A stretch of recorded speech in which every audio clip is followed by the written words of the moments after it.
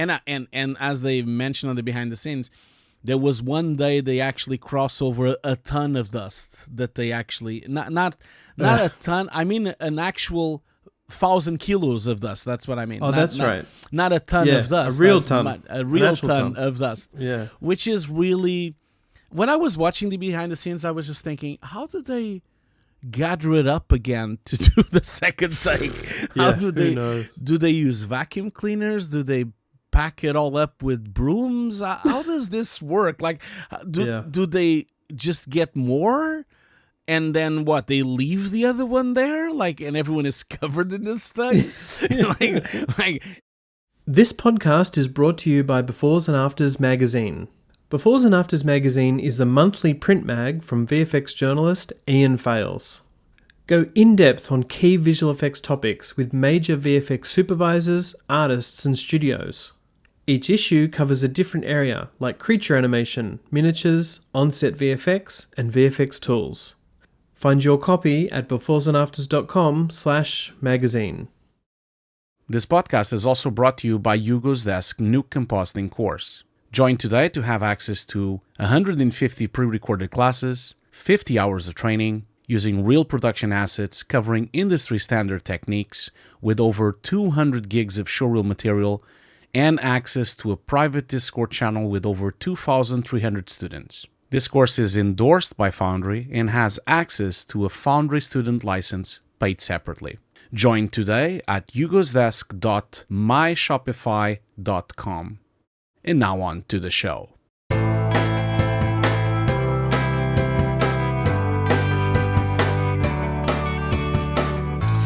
Hi everyone, welcome to the VFX Notes Podcast. I'm Ian Fales from Befores and Afters, and as always, I'm joined by Hugo Guerra from Hugo's Desk.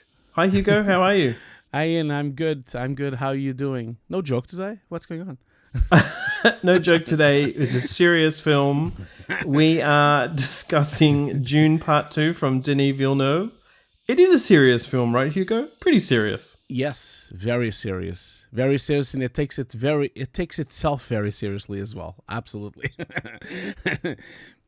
Yeah, I think that's actually why I love it so much. It's serious sci-fi. Yeah, I'm only reflecting on that now with you grown up sci-fi. Yeah. Is that like? Yeah, I mean, I love sci-fi, right? We love Star Wars, but Star Wars is hilarious and full of comedy, and there are certainly comical moments in Dune Part 2. You know, I mean, we'll get into that, but it is a film that Denis and the cast and pretty much all the filmmakers take very seriously, and that's kind of why I liked it. Yeah, I know what you mean. I think it's not supposed to be a comedy relief thing, but for me, like, to be honest, like, the Javier Bardem became a comedy relief on the film because he's so funny. He's like always like screaming all the time, and like just giving all those proclamations of what's happening, almost like he's like pointing it out all the time. And he's so right. He's been so right all along.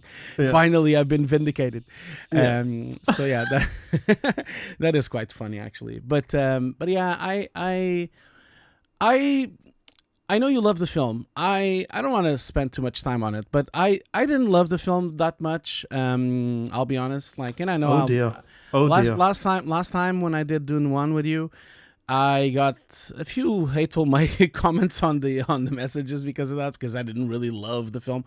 It's not like I didn't like the film. I think the film is good. It's just that it didn't really touch me. I even think it was, I preferred the first one even. I just think the film, for me personally, and I'll say this right off the bat before you start writing the comments on below. Everyone has an opinion, okay, and that's just my opinion. It's not, it's not just to be controversial. I just find the film a bit slow, and I found that I've struggled a little bit with the pace of the film, and I felt that the film could be a bit faster, and I think the film could have reached this destination a little bit quicker. I think we spend a bit too much time in the desert with Paul and with the dreams, and also with his training. I just wanted to see more Gideon, and I wanted to see more fighting, and I wanted to see more of the war scenes. Just wanted to get it on with it, and I kind of felt by the end, when we got there, the film was over, and so it took a long time to get to where it should have gotten, and then it was suddenly over, and now we need to wait another 3 years for the next one. That is my complaint on the film. Apart from that part, I think the film, of course, is an absolute masterpiece in terms of a technical side of things. The film is just absolutely mind-blowing and beautiful, and just looks stunning. And I even think it's even better than the first one. But I do have a few problems with the pacing of the film, just like I had on the first one. We had this discussion before, But again, no one needs to. I don't hate the film at all. I like the film. The film is okay. It's good. I just felt it could have been a little bit better paced, and that was my opinion. I understand. I'm going to approach this in the way that many people who watch the show know how I already approach it. Yeah. And that is, the film gives me a feeling. Yeah. It gives me an experience, especially, of course, watching it on a big screen. Yeah. Unfortunately, I didn't see this film on IMAX, which really sucks. And I really plan to at some point whenever I can. But I saw it twice on a huge screen in Sydney, and just, felt like I got a great experience out of it. Yeah. And I can't go past that. I can't go past, we'll talk about it, but the opening scene of those Harkonnens floating on the big screen. I can't go past the worm riding on the big screen. I can't even go past the atomics battle at the end. It's just, there isn't much filmmaking like that. Even the big Marvel films, they're brilliant on the big screen too. We do love them, but they don't feel as epic as this. Yeah. And so that's the feeling I get from the film. I would say in terms of story, I did buy into it, actually. And I did buy into the relationship, between Zendaya and Timothy. And we're referring to them as the actor names because I think they do have this celebrity status, that absolutely works, they do. works on the screen. Yeah. But I probably didn't love Paul's descent into some sort of selfish power, whatever it is, which of course is from the novel. Yeah, it's from the books. Yeah. And it starts the third book. That's why it goes into the Holy Wars, and that's why they kind of went into that section. Yeah. Yeah. I think there's a history of films that struggle to show the bad side, the dark side of characters, right? Some of the Star Wars films didn't pull it off. Some did. Others have sort of, you really want your character to have that arc. I don't think it quite got there with Paul. I'm not sure I quite bought that he has suddenly reached that sort of dark side. And, it's not conclusive. He could be feigning it. I know what you mean, because also you don't really completely believe that you would have leave Shantae like Shantae like that. You would have left her like that and just replaced her with the Emperor's daughter and everything. Yeah. Major spoilers, by the way. I hope you've watched the film now. Yeah. But I know what you mean. It's a bit. They do a good job. I mean, don't get me wrong. They do a good job in terms of acting. I think that Shantae, she's not the best actress in the world, so it's a bit tough sometimes. I kind of have a little bit of an issue sometimes when her presence is a bit like maybe it's because she's too famous and it kind of like becomes a bit of a thing in the film, but I understand exactly what you mean. I also have a problem with that relationship dynamic. But it's funny you were talking about the experience. I've watched the film now 3 times. I first watched the film on IMAX, which I didn't need to really, because the film wasn't really completely done in IMAX. The film is kind of like a bit of a mix of 35 and also 65, and it's a bit of a mix of both. And sometimes the gate would open, sometimes it would close. It depends on the shots. It's a bit like Dunkirk, where it opens and closes when you're watching it on IMAX, especially when they're in the desert, more open, and then when they are somewhere else, it's not. a bit like the first film as well. But I didn't watch the second time on my house with the projector, and then the third time again just on the TV. On the third time, I just watched on TV so I could just make some notes and everything. And I will tell you from my experience that I've progressively been liking the film more and more as I watch. By the third time, I'm now enjoying the film a little bit better than I did the first time. The first time was a bit of a struggle for me. I thought the film was too long, and maybe it was because I watched the film at night and in the cinema. And it's a cozy cinema, a bit dark. There wasn't a lot of people there, so it was like a bit quiet as well. And there wasn't any reactions from the audience whatsoever. It was complete silence the whole time. And so maybe that was the reason. But definitely it's been growing on me. But one thing that has happened to me is that, like you said, the set pieces, they are just mind blowing. The set pieces are just beautiful. Specific shots, like Giedi Prime and like the ride warming, and like all these little set pieces are just like absolutely masterclasses in filmmaking. But then the connection moments are the issues I have with, and that's, I found myself on this third time when I was making notes, just like, and I never really usually do that. So when I really like a film, I watch the whole film because I'm so engrossed on it. But I just found myself skipping forward, going to the cool scenes, right, which is something that used to happen when I was younger, of course. When we are younger, we just want to see the cool stuff. Like, I don't know how many times I watched the fight scenes in Matrix, just spinning the VHS, going forward to watching just those sections. But it happened to me a lot on this film, where I would just watch those parts over and over because they're so cool. And they're so well made and so well orchestrated, and soundtrack just put it all together with Hans Zimmer's soundtrack, which is so powerful as well. Even shakes the seats on the cinema. So it's definitely a set piece experience for me, at least, Yeah. What is it? I disagree. Go for it. that you can't. This film is hard to nail down as a film that you would normally review, like pretty much any of the other typical visual effects films that we might review and then look at the visual effects of Hugo. Yeah. And I think it's partly that we take it very seriously thing that we mentioned at the beginning. Yeah. Because usually you can pull up a sequence or scene, or you can pull up an actor's performance and really talk about that in very normal terms, like movie going, like, as we say, these famous actors. Here, they just in it so much. They really are immersed in the film. And you can tell from what they talk about when they do interviews that they were just in the moment. And I don't think any of these actors have had that kind of experience before. And I think the result is the film that you see, and kind of you might be reacting to that a little bit too. And what I mean by that is they don't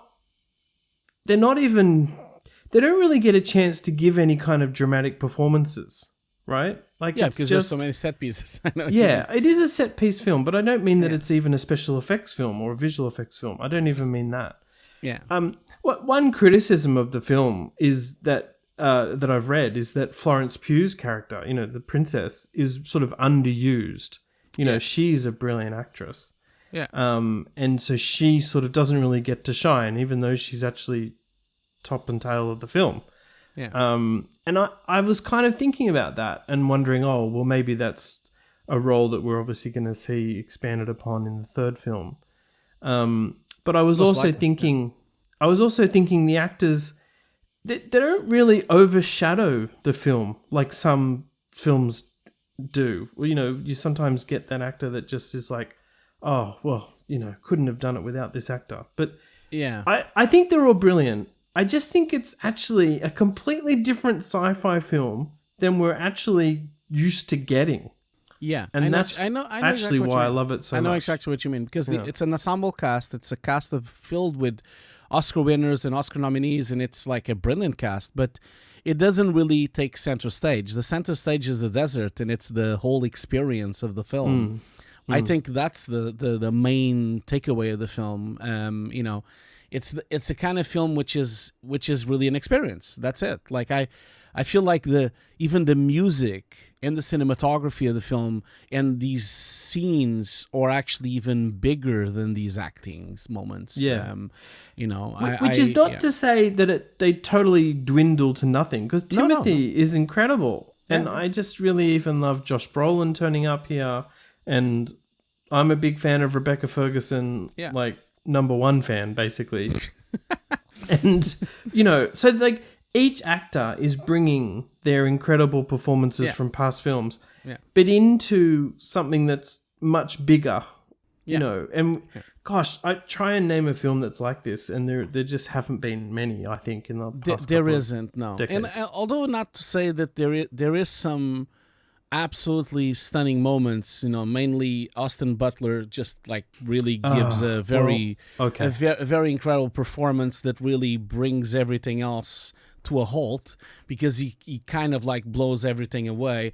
Both him and Stella Stagger, like both of them, the chemistry between them, the Baron and is and him, like they are really like one of the best moments of the films. But I mean, the Baron was already my favorite moments of the first film already. Yes, I agree. I think Stella Stagger, like he's just having so much fun that I love it. He's just like absolutely in it. Like he's this evil. I'm just so sad we're not going to see him more, because he's just like absolutely amazing. Both of them. We're not going to see both of them. Yeah, you did just name the breakout star of the film is Austin Butler. And he gets some great scenes on Giedi Prime, and he, gets some great moments. By the way, it kind of is at the expense of Dave Bautista, who also is brilliant, but I love seeing his fragility here, and him being sort of embarrassed into some behavior. He's such a good actor. He's always been such a good actor. No, but Austin Butler's just... Yeah, I mean, it's just mind-blowing. It just comes off all those awards and nominations. He wins the BAFTA, wins the Golden Globe, gets nominated on the Oscars. He's just like swooping everything up with Elvis. And then he does this, which is exactly the opposite of Elvis. And it's, which is it's like bad Elvis or evil Elvis or something. It's just really good. It's a really good performance, and he really steals the show. I'm sorry to say about everyone else involved, but he does steal the show completely. But it's meant to be. That's why it's so cool, because it's only 10 minutes and it's enough. Like, you don't want more. I don't want to know anything about this guy anymore. This is more than enough for us to see, because he's so evil and he's so deranged, so I agree. The best performance of the year in some ways, I might even say, for what's essentially a supporting role. The other thing about this film, Hugo, is I keep mentioning Star Wars, and partly that's because of course, we feel like George Lucas borrowed a lot of the themes from Dune. Yeah. Goes for a circle now, which is funny. And I only keep mentioning it as in comparison to what the general going public, thinks of a sci-fi movie like this. Well, I'm here to report that the 2 screenings I went to, which were not press screenings, were full. There was a big turnout for this film. Yeah.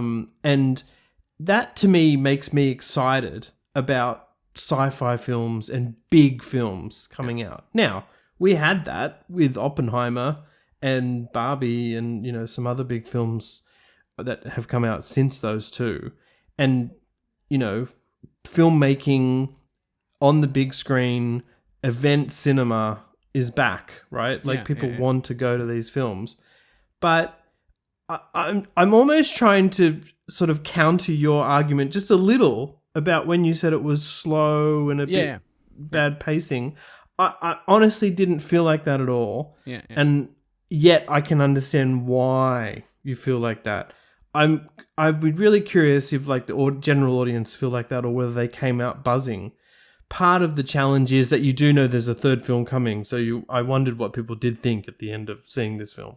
Unfortunately, Ian, like I think, I still, you've made me think about something that I haven't really thought about, which is the grown up. I haven't really thought about until you said it, like the grown up sci-fi and the serious sci-fi and the event sci-fi that this film is, which is so much more than Star Wars, really, if you think about it, because Star Wars was really a much more simple film and a much more film catered to teens and children than really this film. This film is much more serious and much more, just like the books are. Like the whole thing is really heavy.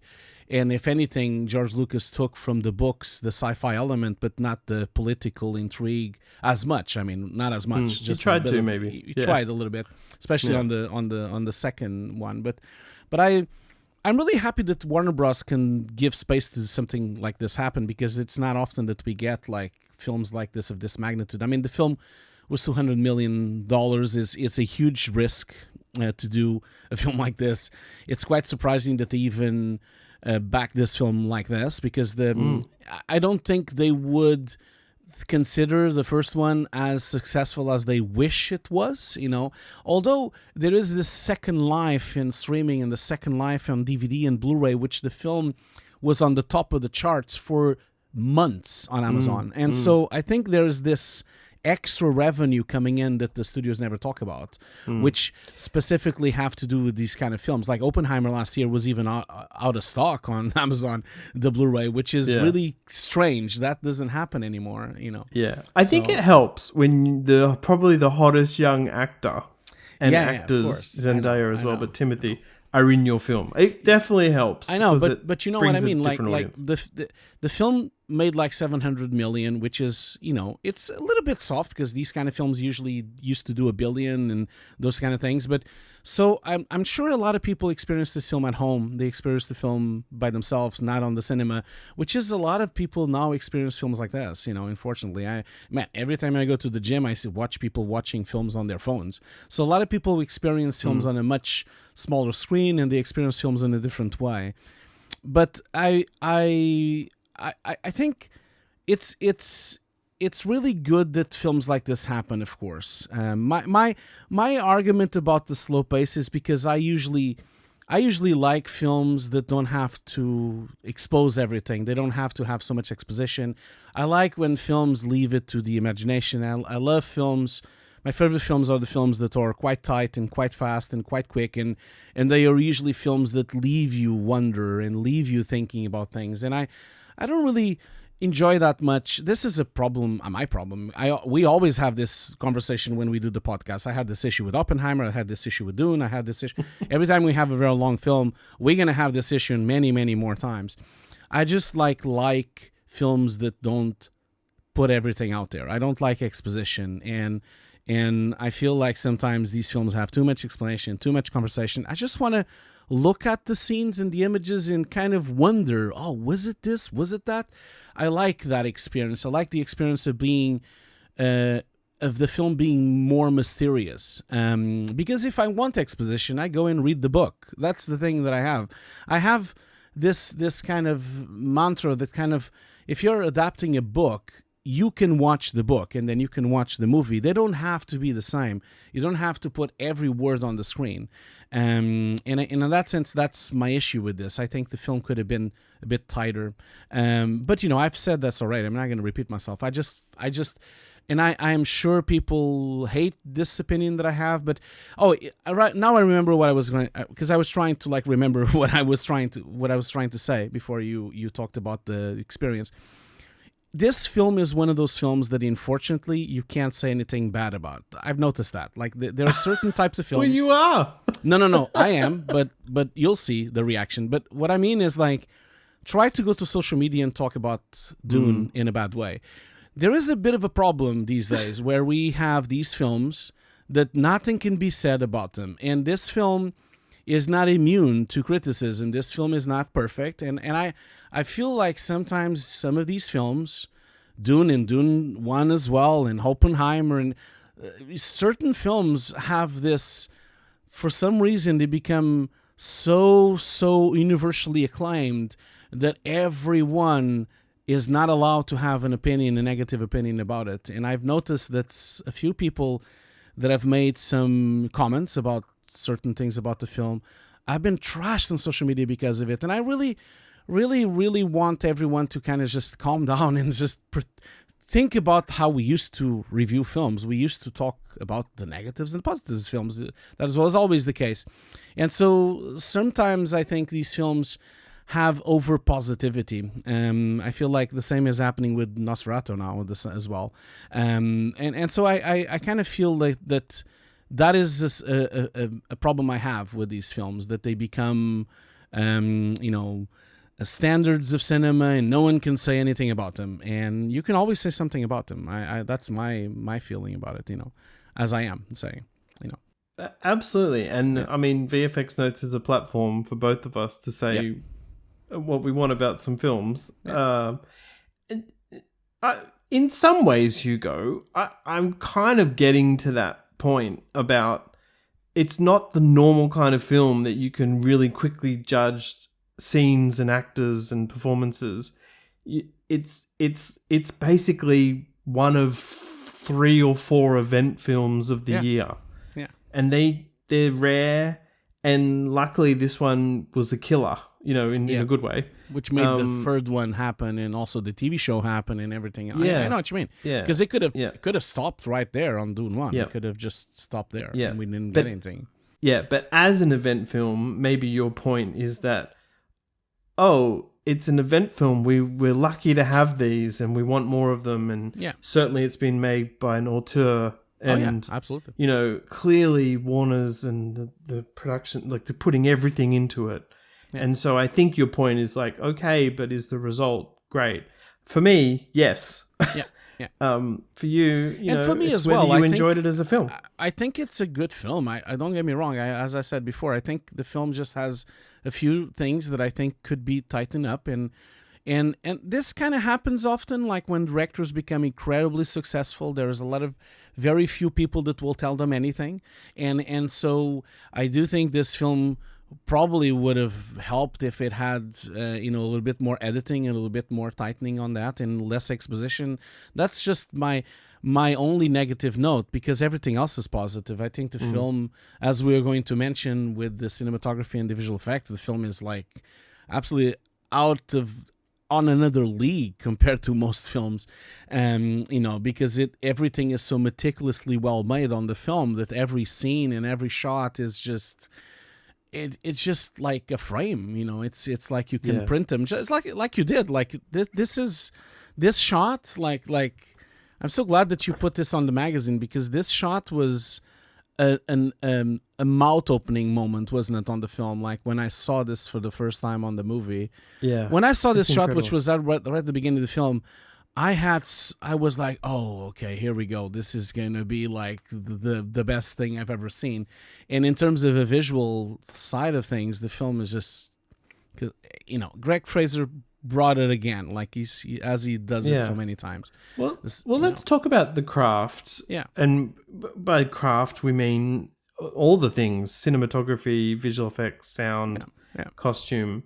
But in cinematography terms, yes, it is Greig Fraser who is, how do we say it? Killing it in the cinematography world with films like this and the Batman.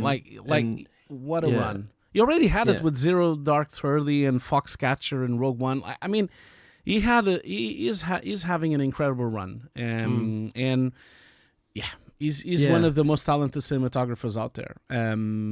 You're going to talk a bit more about some of the technical things, because I think Hugo understands that a lot better than I do.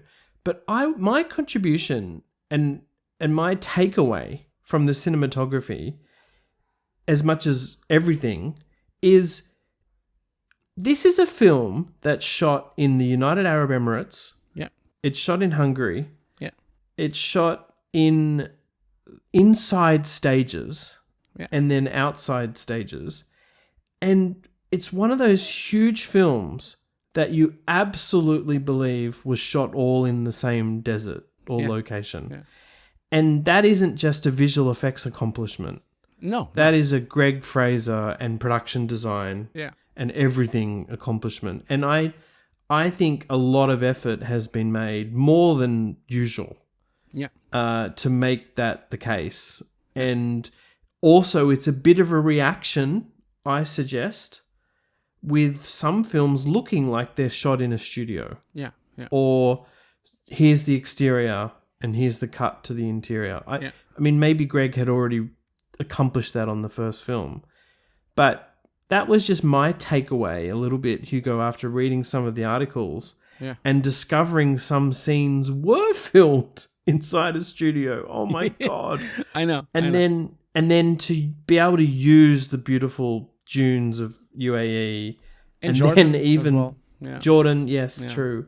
And then also use Budapest, Hungary locations. It's so many locations, and they went to Namibia as well to do the dream with the desert and the ocean as well. And props to the entire team, because you don't even notice that there's different locations. The film is so well blended.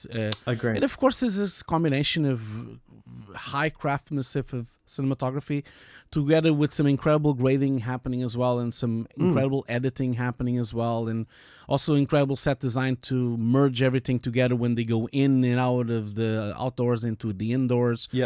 The film is really well crafted. This is what happens when you have a lot of crafted, like, most of the team came back from the first one, so they of course could pick up where they left off, which is always good because you have the continuation from an artistic point of view and a creative point of view. People keep working on the film and continue to just improve on what they had before. And and then there's also the way it was shot. Like the film is really intimate as well. Like the film is really intimate. In certain times we are really close at them and we are handheld, and but sometimes we're super epic with some really vistas and wides, and it's really well balanced. So it doesn't really have a specific. It has a very beautiful language, and I really recommend. Well, I recommend people reading the Before and Afters magazine about Dune 2, which is really a fantastic job you did here, Ian. Like, it's really good. Like, this issue basically talks about everything. Like, it has everything about this film. It really reminds me of the old school Cinefex about a film, and which is only about this film, which is really good. Congratulations. I really recommend everyone reading it. As a side dish, I would recommend people reading the American Cinematographer article. Really good article and about this film, about how it was filmed. And inside here, there is also a QR code for you to go even deeper into it. And if you go to that QR code, there is an entire document, which was a document created by Greig's and his team, of basically doing a complete record of the entire lighting setup of the film, all the sets and all the studios. This is a 140-page document, a PDF, which is available for free from American Cinematographer. I'll put the link on the description for you guys to go and watch it. Really go and watch it, because I don't know how long this is going to be online, because this is the kind of thing, sometimes these things just disappear because of rights and because of studios. But this is like Greig trying to do his long dream of recording and making a record of everything he did. Not just because, of course, he's going to do part 3, and, well, he's not going to be part 3. There's going to be a new DOP, but someone else will do part 3, and then they can follow up with this document. And so it's just really, really amazing to see how this lighting setup was made. The schematic, you can see the whole schematics. You have really beautiful photos of the set design. It's really like almost like an architectural document about the entire production of film. I've never seen anything like this. This is usually Bibles that are only in production. No one sees these things. You get snippets of these kinds of schematics or behind the scenes photos in American Cinematographer. Yeah. In articles, but you don't get full on documents. I don't even know how he managed to authorize this to now, go through. It's awards season when we're recording this, and part of it is absolutely about cinematography awards. Yeah. But there's a passion and a desire to share this with the community that I really love. And Greig has actually done that for lots of different projects, as in shared details about how it was made. Yeah.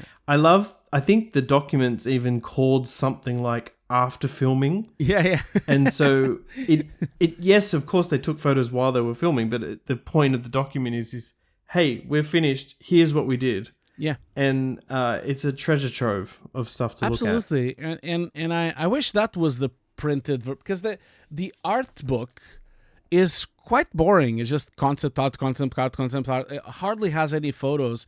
I wish they print this instead of printing the concept art only, or at least included in the book. But I know rights and permissions and this and that is always an issue. Well, on that, I don't know if there's a couple of different Dune Part 2 books. Maybe there is just a concept art book. There is another book, something like The Art and Soul of Dune or something like that. The photos Tanya, book. And it has some of the best behind-the-scenes photos from Dune Part 2, which basically haven't been released anywhere else. Yeah. And which curious to me as someone who's trying to get a lot of these images. And part of it is, that's because there's a close-knit filmmaking team and they were able to do it like that. That book is beautiful. And there's another book, there's another book which is a photography book with Josh Brolin and Greig as well. Which is really funny because it's photos from Greig during the production, because Villeneuve asked him to take photos while he was... Because he already had nothing to do, so he would just take photos as well while doing the DOP of the movie. Yeah, let's just put more things for this guy to do. But then Josh apparently is a writer, and he wrote some poems and some text to accommodate these photos. I haven't bought the book yet, but I'm considering it because it's probably very beautiful. But just think about that from the actor's point of view, right? they do so many jobs that you could argue sometimes they're just for money, and of course many are for the art of film. Dune Part 2 comes along and is like this ultimate film project where they get to express themselves, not just on celluloid, but via make these books, poetry and books and photography. I mean, it is they must quite cool. be like loving it as actors. The last time I've heard of something like this was Martin Boudin. Martin Boudin very famously published a book of photography while he was shooting Full Metal Jacket. So he took hundreds of Polaroids during Full Metal Jacket and hundreds of photos. A bit like Jeff Bridges, he also takes a lot of photos. But Matt Boudin did like this incredible... It's like the biggest record of Full Metal Jacket that exists because, as everyone knows, Kubrick never shows anything. And so this book is like a treasure trove. It's very rare, this book. I bought it on eBay years ago. It's not even been published in years, but it reminds me of that. And it's funny that you're mentioning that as well. Hans Zimmer, he always makes too much music. It's so funny to see on the documentaries that Hans Zimmer just kept doing more and more music even after the film was made, after the film was delivered. So when he delivered the first Dune, he continued making music, and he continued sending music to Denis Villeneuve. And Denis was telling him, you can stop. We finished the film. It's delivered now. No, I listen to this part. Oh, listen to this one. I've done a few more. And he just kept going and obsessive. And to this point that when you buy the book, it tells you on the book that you can listen to an album which Hans Zimmer has made in purpose for you to listen while you read the book. So he made like a soundtrack for the book. I mean, exactly what you mean. Like these people are artists really being artists. Yeah, that's what it's about, right? No one asked. We talk about the business of film and box office. The truth is, sometimes these artists just want to be artists, and that's giving them a platform to do it. Most likely, no one is paying him to do more music because the film is over, but he just continues doing it, and because he loves it, and he's probably is one of his favorite projects ever. So Hugo, just back on the cinematography side. I think in that no, in that AC article, and also on Epic Games' Unreal Engine blog, I've watched some videos and read some pieces with Greig that also showed him using real-time tools, i.e. Unreal Engine, which he has had a big part to play in, ever since Mandalorian. Actually, probably ever since Rogue One, if not before. And I just thought that was also fascinating about his use of Unreal Engine to stage sets, stage camera angles, stage sun positions. I mean, he's using it in the best way possible, in high-profile ways, where the cinematography is going to be expensive to do in Jordan. Yeah. And it's really great to see a cinematographer do this. We know Greig's into it already. Yeah. But that was kind of cool, right? Yeah, this was a combination job between Greig and also Thomas Papp, which is credited as the virtual cinematographer assistant on the film, and he was the master of Unreal, as Greig says it on the article. There's a really good article about that part on the American Cinematographer as well, about the Unreal side of things, and that's where you hear about Thomas Papp, which is the assistant from Greig, and it is really cool because what they did here was used Unreal as a simulation tool for the whole thing, by having the exact cameras, the exact formats, the exact lenses, all completely replicated inside the Unreal scene. And of course, scans of the shots, scans using, of course, drone photography, and of course set simulation. I'm assuming they use LiDAR as well to help, although I know some things weren't possible to do with LiDAR because of course it's sand, it moves, it's too big, it's not easy to do a LiDAR scan thing with this. But it's really cool to see how they're using Unreal, because they're using it as a real-time simulation tool to plan the entire shoot to the minute. It's like, especially on the sections where they had to use the shadows for the section with the legs of the harvester. Yeah, they planned it so well in a mathematical way with time zones and time and shadow and sun that they even knew, okay, we need to shot this shot at 9:32.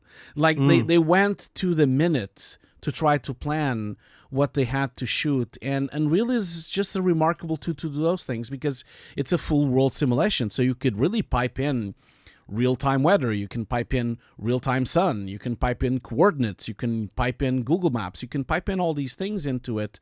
To a point that both Greig and Thomas on the article mentioned that right now, if there is a tool that someone that is going into this industry needs to know, is Unreal. He talks about Unreal as being Photoshop, and like, you need to know this.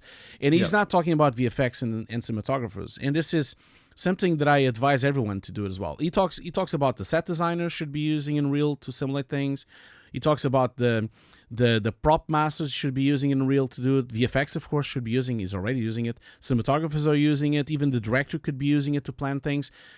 Unreal is really becoming this tool of a real-time live simulation that really is becoming an arsenal on all these productions. And it's fascinating to see how they are pushing forward with it and giving it a use that is, much beyond what it was, which was just a gaming engine. And it's fascinating. Really recommend people go and read it. Yes. And I mean, what's really interesting from my point of view is that we already knew that Unreal had been quickly adopted by previs studios and visual effects studios to do previs. Yeah. And that was partly because you could turn it around quickly. You can definitely go into these worlds, and change things and essentially do a virtual cinematography type thing. But this is sort of next level, isn't it? Absolutely. It's actually using it for very meticulous planning. It's more than even just tech viz, and that's also something Unreal Engine's been used for in a big way. It's the cinematographer getting their hands dirty in it, and that has actually been sometimes a criticism of previous studios in their use of just Maya or Unreal Engine, because they're not necessarily the cinematographer, and they never say they are either, but sometimes the cinematographer or director will see the previews and go, well, I'm not going to shoot that, or we can't even shoot that. So this is more than just shot design and shots. This is something extra, especially, with planning the shoot. Well, I just love it. This is like location. This is almost location scouting. They're almost doing exactly. The pre-lighting and the location. For people that don't know, when we shoot something on set, when whatever we film, even if it doesn't have the effects, There's, of course, the shoot day, but before the shoot day, there's always things called a pre-light, and there's also a tech rec. A tech rec is when you go to the place and you just check if it's even possible to shoot. You're like finding if there's power there, if there's even a street to go there, if there is impossible to even put a camper or even a toilet, all those things. That's the tech rec, when they really go from a technical point of view. Can we even shoot this? What do we need? How many cables do we need? How many vans do we need? How many stages? How many lights? And we just do this tech rec. Usually happens a few days before the shoot. And then we have the pre-light. The pre-light is the day where they're just testing things, testing the camera, testing the lights, testing framing, usually with stand-ins. Of course, the actors are too expensive, so there's just stand-ins there. And they just do this pre-lighting setup, and then they make notes, and basically they're kind of ready for the real day, which is the shoot day. And tech recs could take a few days, pre-lights could take a few days, and then the shoot usually is just one day, because that's the money is there with the actors and the really famous people all over the place. Greig and Thomas here are using Unreal almost as that. They're of course, they also did the tech rec, they also did the pre-lighting, but this is amazing because they allows them to do pre-lighting and tech rec for weeks. They can just not go to the location and just be on their laptop, on the plane, on the train. They can be on a Starbucks, whatever. They can just be planning this thing and thinking about it like they were there. I wouldn't be surprised that someday we even put a VR headset, we even do the planning that way. I've seen people do that. That happened already, but I think it will become commonplace for you to just do that, especially with the advent of new VR and RR from Apple and from PlayStation. There are so many headsets right now that I do think that it could become a more commonplace to do those kind of things. And it's fascinating. It's really advancing the technology and really advancing the way of using Unreal on these productions beyond what I was even considering. I didn't even thought about this, about making a full simulation of a location for you to kind of. This is really like next level stuff completely. And of course we know all about it because, like you said, they're all really aiming for that Oscar for cinematography, so they're putting everything out there. And I am so sad that we don't do the same with VFX, of course, because, of course, we know all about the cinematography. I even know what lenses they used, but we don't know much. Unfortunately, it's never the same transparency when it comes to VFX, which is unfortunate. But that's I will say, the reason. Yes, agree. I will say I was really lucky to do a full issue on Dune. I think you are the only... You are the only. It's the only place where you have the whole thing. The whole thing is here. Like, you have it by chapters, and you have all the VFX of this film.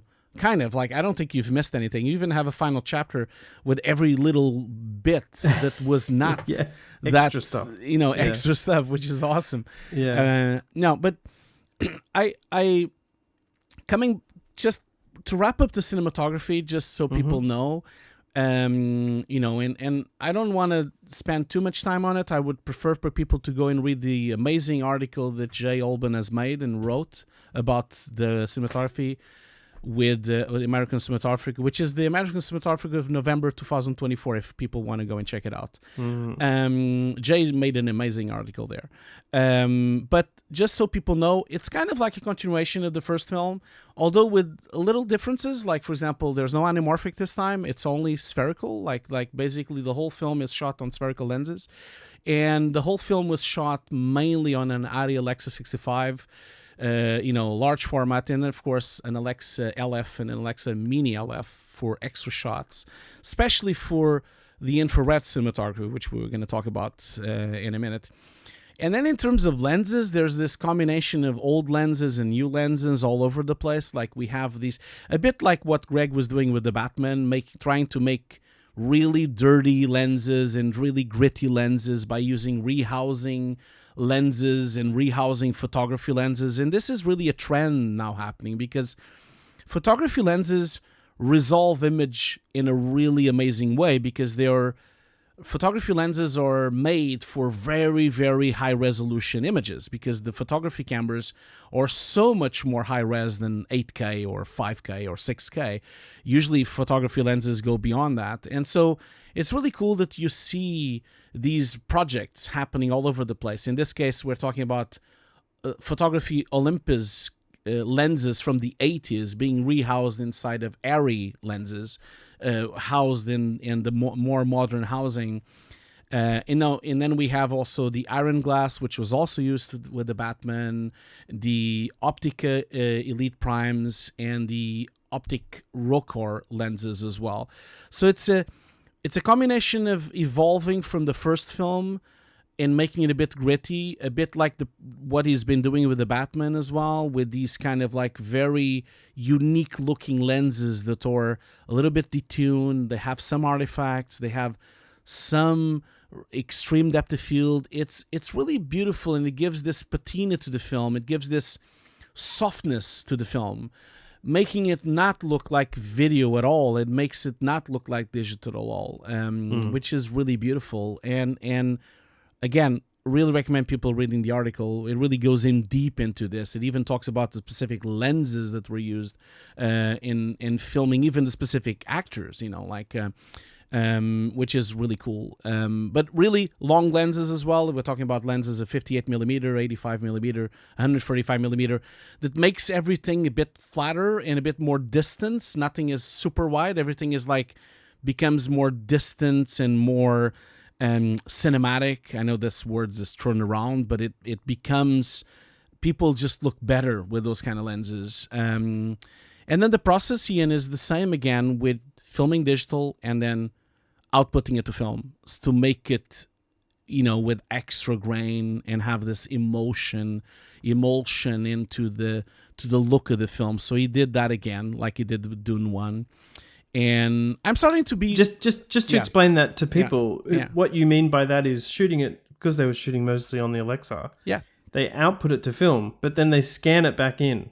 So that's part of a little bit of a trend happening with some of these big films to possibly make the film feel a little bit more organic. Yeah, directors and cinematographers don't mind the artifacts that you get from that, obviously the grain that you get from that, but it's more sometimes hard to explain, like it's the feeling of the film. And I don't think Greg's against digital or anything like that at all. No, not at all. But not at all. It's just a feeling that you do get when you output it and scan it back in. Last time when we discussed Dune 1, I was a bit like, why are they doing this? I was a bit skeptical about this. But now there's more information about this, and Greig talks in a lot of detail on the article, and also talks a lot of detail on the interviews that he's done with Jay Alban as well online, which you can also watch on the same links. And I think I completely get it now, because he talks about the fact, okay, if we did it digitally, it would look digitally. It would have this sharpness, this super clean image, which would not really fit with the theme of the film. It would not fit the desert. Maybe it would fit with Giedi Prime, maybe that. But that, of course, the infrared really helped that. But I think digital would be too sharp and too clean for this film. And then film, just using film, which they've considered as well, as he explains, it would become too soft. It would become a bit too filmic. It would look too much like Lawrence of Arabia. It would make it look a bit more technicolor. It would make it... And so both the director and the DOP kind of considered none of these look right for the film that they're trying to make. So what if we mix both? What if we film this super, super, super sharp version of digital with these screwed up lenses and try to get the sharpness and the blurriness all in the same, and then print it into film and then rescan it to give it something different. And that's exactly what they've managed to do. The film looks like it's an alien movie. Feels like it's been filmed with something that doesn't exist. It looks like it is a new camera. It's like, okay, they've used some other camera that no one has ever used before. And I think that's really successful, because it looks like nothing else that is out there. That's actually a really good point to make, possibly more about, again, the experience of the film. You know, in general, they're filming this film, as we say, in the real world, in the UAE, Jordan, Budapest. With real lighting, yeah. With real lighting. But it happens on an alien planet that is not Earth. Yeah. And so I think the success of the film, and the first film too, is that we can relate to it as an audience because we do feel like it's in the desert and, you know, it's filmed somewhere, but it has that otherworldly feeling as well. Yeah. And part of that comes from the approach to the cinematography, the approach to the lighting, to make it something that doesn't quite feel like they really could go out and film it in the desert. Yeah. And it's very successful. And all of it comes from all these crafts, especially Greig's work in cinematography. Yeah. It reminds me how cool the space pirate scene look on Ad Astra, you know, which is also this infrared weird kind of method that they filmed, but it really feels like you're in the moon. Not that we even know how the moon looks like. We don't know, but it doesn't matter because it feels like the moon. It's the same like you just mentioned with Dune. We don't know how Dune looks like. We don't know how Giedi Prime looks like, but it feels right. Oh, this must be what Dune looks like. And it's really masterly made. When you are on the Emperor's planet, I can remember the name now, but which was shot mostly in Italy, it looks like something else. It looks like this foresty, wet, sunny country place, which Italy has that kind of look. But it doesn't look like Italy because the architecture is so futuristic, and so because you're so used to Italy with old buildings, but then you see this futuristic house, which is amazing. It's called Brian's Sanctuary in Italy, which is a really a masterpiece in architecture, which they've used, and they really didn't change it much. They just put some furniture in, but it's in Italy, which is sunny and a bit wet as well sometimes, and very foresty, and so it definitely looks like this kind of almost Earth, but it's not, which is cool. And then Dune has this warmth and orangey palette that was kind of made with this really harsh sun, and then this process of film and digital mix up with grain makes it quite gritty. It makes it very sandy, and then like Giedi Prime looks like a clinical place, like very harsh white, black and white, complete sterile. There's no life there. There's no bushes. There's no greenery. There's no gardens. Everything is dead on that planet, including the people. Everyone is dead. There's no skin tones, nothing. The sun is white. Which is really cool because it just makes these three locations so different from each other. And it's incredible how they were all shot with the same cameras, and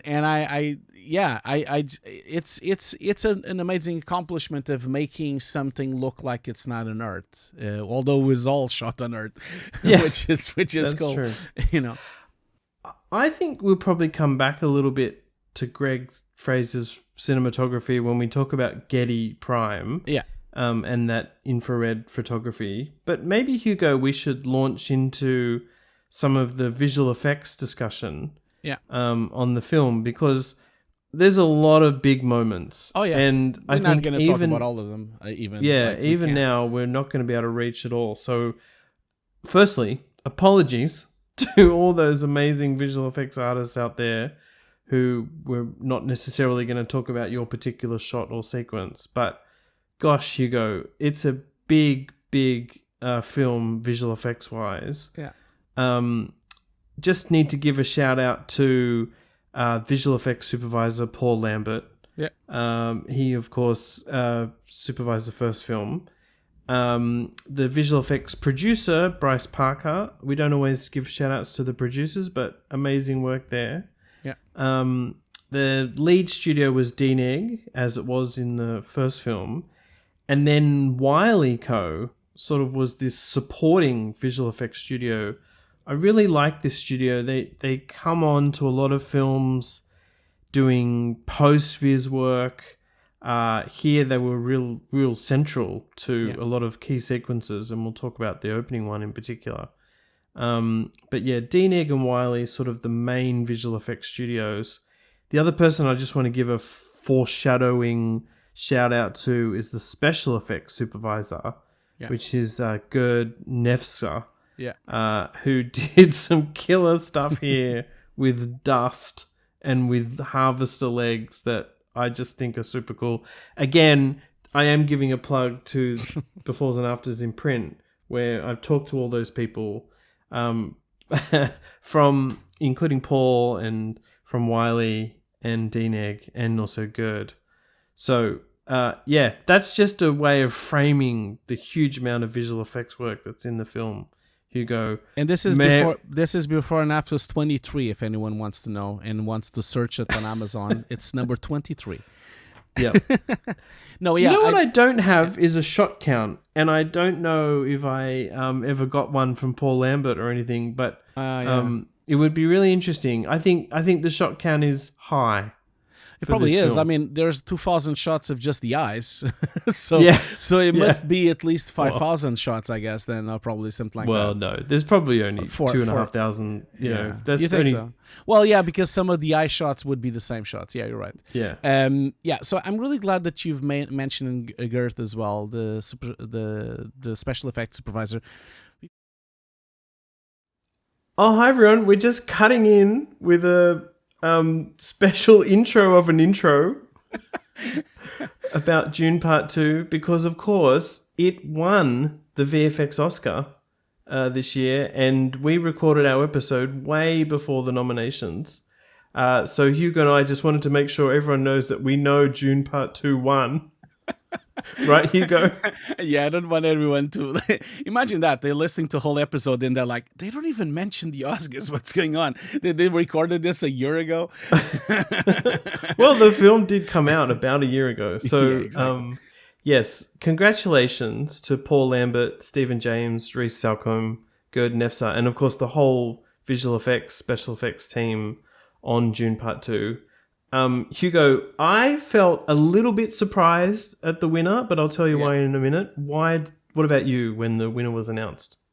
I was surprised that it won, but I'm not that surprised. I had a feeling that they were going to win as soon as they won the BAFTA, and also they won big on the Visual Effects Society as well. It kind of like started to feel like they're going to get the Oscar, because the BAFTA usually is a bit parity on there. So I was surprised because I really thought it was going to be Planet of the Apes year. No disrespect to anyone. I think all 5 nominees were stunning, and I think any of the 5 of them could have won, and we would have been celebrating anyway, because it was a really stunning year. Not just these 5 episodes, but these 5 films, but the 10 films that were on the backlist. They were amazing. So I thought it was going to be Planet of the Apes because they never won it. They are always a bit bad luck with other nominees, and they never got it. And they've been doing such an amazing job with the Planet of the Apes. So I thought it was gonna be their year. But Dune it's difficult to beat because it's just that perfect film for the VFX Oscar. It's like the practical thing and the sand, and you see all that B-roll, and it's just really difficult. And the breakdowns are beautiful as well. The breakdowns that the Oscars and the Visual Effects Society people have watched, because I know not a lot of breakdowns are out, but it's just really, really impressive work. And I don't know, it has that Oscar thing, like of being so practical as versus the Planet of the Apes. So I'm a bit disappointed for Veta. I think it would have been nice if they would have won. It could have been a nice career Oscar for them from all those films, I agree. I mean, as you say, all 5 films are incredible. Yeah. When I saw Better Man and then I saw behind the scenes for it, I sort of felt if people had seen that film, including Academy members, and had seen the behind the scenes, something about that was like a wacko film that I felt could win. I actually thought Wicked would take it out. It has incredible visual effects work, but it is an audience favorite. That's why I thought, that the audience, the Academy might vote for it. As you say, Dune won the BAFTA. It didn't win the main VES award. That did go to Kingdom, but it won a few, and of course people know about Dune. And it won the first film won an Oscar too, visual effects Oscar. So yes, all 5 films incredible. Dune Part 2 is just amazing. Yeah. And you'll see in this episode that I really loved it. I felt like, Hugo, you're hit and miss sometimes. I didn't like it, no. I didn't like it. Yeah. Just interestingly, no official visual effects breakdown was ever released to the public for Dune Part 2. Similarly, that happened with the first film. Yeah. People did get to see some behind the scenes because a couple of presentations the team from DNEG did at the time were online. This time, the team did do a couple of presentations around the place, but no official breakdown was out. Yeah. Which is interesting, and of course, I was very lucky at Befores and Afters to do a whole magazine on the film, but no video breakdown was ever released. But anyway, stellar work by DNEG and all the visual effects teams, Wiley and others on it. It is a stellar film in my opinion. It's a shame that it was never out. It's really a shame that the breakdowns were never out. We don't mention this on the main episode you're about to watch, because of course I always thought something was going to come out, because on Dune 1 some stuff came out, but I just think this is a very modus operandus of Warner Bros. Now. Like they've been like this a while. They don't usually release a lot of things when it's these big movies, and it doesn't really matter for them, because the Visual Effects Society, the Oscars, and the BAFTA, they get to see it. The people that are voting, they see the breakdowns. It's a shame the public doesn't see it, because it just doesn't help the narrative around the movie, and that he was really riding a sandworm, and it was all real, and it doesn't really help. But anyway, like, it doesn't really. No one on the production of the movie is really lying about any of it. Like they all talk about the visual effects on the interviews. They all are quite open about it. On your magazine, we see some amazing behind the scenes photos of the original plates, and so it's right. It's not hidden. It's just not a Barbie moment or an Oppenheimer moment. No, it wasn't didn't like become that. No, it didn't. But I think it is a shame, especially for the people working on the film, that they would have really loved to have their work on a breakdown, and they can put it on the show reel and really show the world how amazing that work was. So yeah. Yes. Well, anyway, congratulations to Dune Part 2 for winning. We also wanted to mention in this intro of an intro, Hugo, that when we launched this new seasons approach to VFX Notes, we also launched a Patreon. And that's become an incredible place, we think, for extra content from us, including bonus episodes that are exclusive to the VFX Notes Patreon. Yep. There's also a community there, and really lots of content already, Hugo, for people to check out. Yeah, absolutely. If you like the Visual Effects Notes podcast, we have some completely exclusive episodes you can watch there. So as soon as you sign up to the Patreon, not only you're supporting our project and helping us continue doing this for many years to come, but also you get to see all these extra episodes that no one will ever watch except the Patreon supporters. So we already have a bunch of them there. So yeah, come and join us on Patreon. Come and chat with us. Yes, that's it. Patreon.com/VFX Notes. Please support the podcast, and you'll get tons of extra bonus things from us. In the meantime, let's let people watch the original episode for Dune Part 2, Hugo. Thanks for doing that little extra info. Bye. Before we even jump into the visual effects, I just wanted to mention that the approach to this film was exactly a bit like the first one. It's all about practical first. Like, they're trying to do it a bit like Nolan does as well, Christopher Nolan. We talked about this on the show many times. They try to shoot it as most practical as possible, although this gets picked up by the media all the time, that they did it all practical. It didn't happen like that at all. No one ever said that on any of these people ever said that. Even the studio never said that. It's just that it goes out of control on the media sometimes. Like, they really rode the worms. It's a bit nonsense. But the approach was like the first film. They try to shoot it as much as they can in practical, always with the mind that it will be completely enhanced with VFX. I think this is the exact correct approach for any filmmaking, and this is how it should be done, because you need the plate to ground it, even when you replace it all, which they did many times. Yeah. A lot of times they removed whatever they had there for the worm and put a completely CG floor there, or even when they had these dust blowers, they replaced and took out all the dust out and put completely CG dust and completely CG in. That doesn't really matter. I think people need to understand that this is the modern approach of VFX. You shoot as much as you can if possible.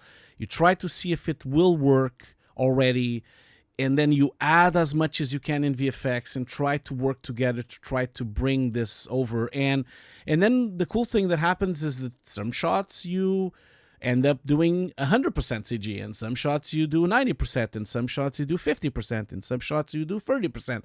And then you have this combination of shots that have little bits of the real plate and little bits of the CG, and it's just beautiful to watch. When you watch the breakdowns, which there are many on the behind the scenes of the YouTube videos and also on the Blu-ray, they're a bit hidden in the middle of the interviews, and then you have like a wipe with the VFX. There's not a proper breakdown out yet, which I'm sure we'll see when the Oscar comes along. But you have a few of before and after photos on your magazine as well, which is nice. So it's this really amazing approach of grounded with plates. Have the plate as the master reference of everything. So the dust is there, you know how the dust looks. The color is there, you know how the color looks. The characters are there, you know how they look. Even if you're going to replace them in CG and make digital stand-ins, it doesn't really matter, because the plate is there, and it gives the information for the whole crew of what's going to happen next. And I think that's definitely how films should be made. Because we discussed this so many times in the podcast. We talk a lot about the narrative of practical versus digital. Yeah. Interestingly, you're kind of right, Hugo. Somehow Dune and Dune Part 2, they escape that commentary. They did. Right? And I think it's actually because it comes from the top.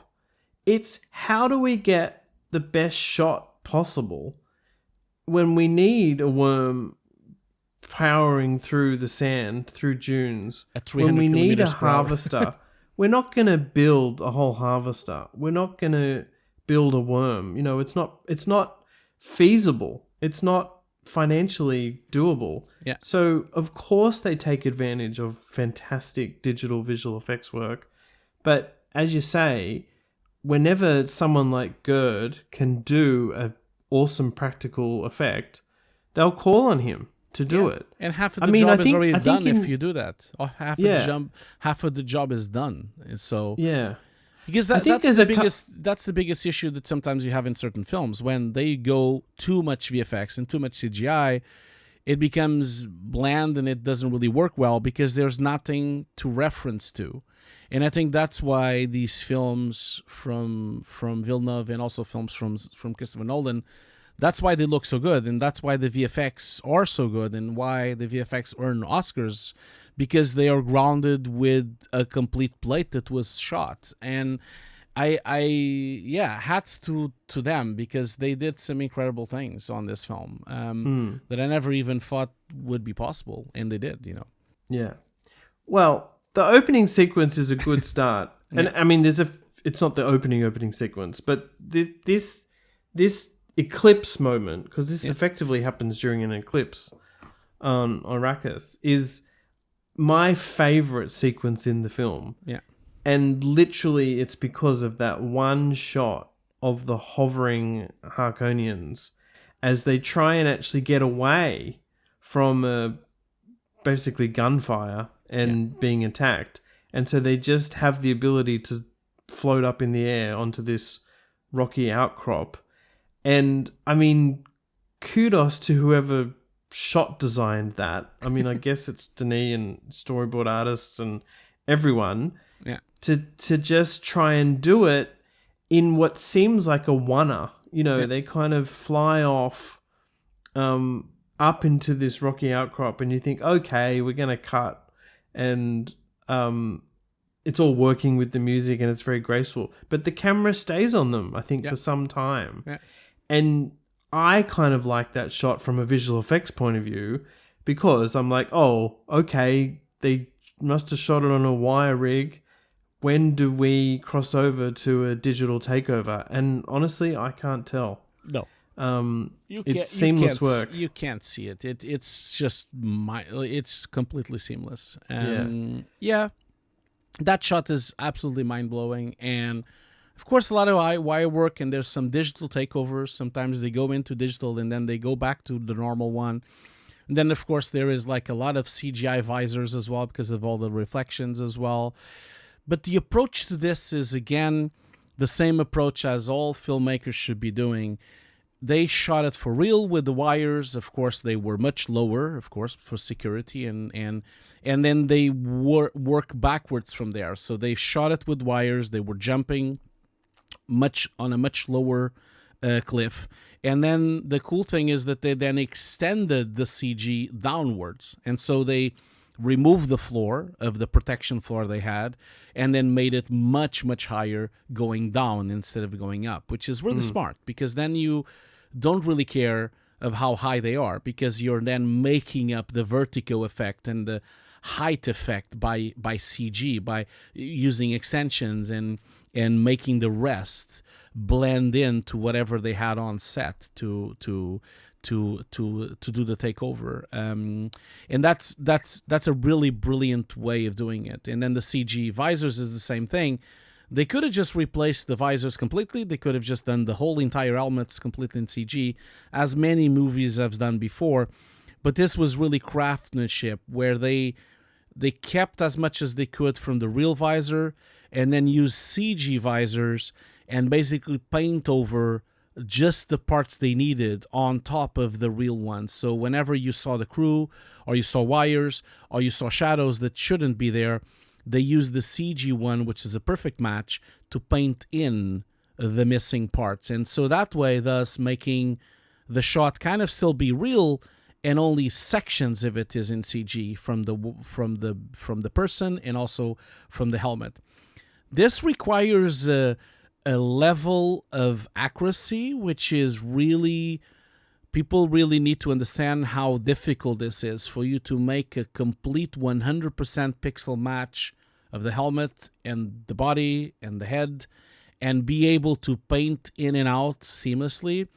It is not an easy task. As a composer, I can tell you this is one of the hardest tasks to be done, matching it, because it's easier to just replace it, because you don't have anything left. It's much harder to merge it, and much, much harder. And that's why this conversation with the no CGI is so dumb, because people really don't know what they're talking about, because it's the merging it, because people sometimes, but they just put a bit of CG. That is the hardest part. It's to put the bit of CG in the middle of everything. The easiest part is to do the whole thing in CG. That's the easier part, because they don't have anything to merge with. So this sequence is so much more complicated than everyone kind of thinks, and it's really good. It's also a very beautiful scene as well, you know.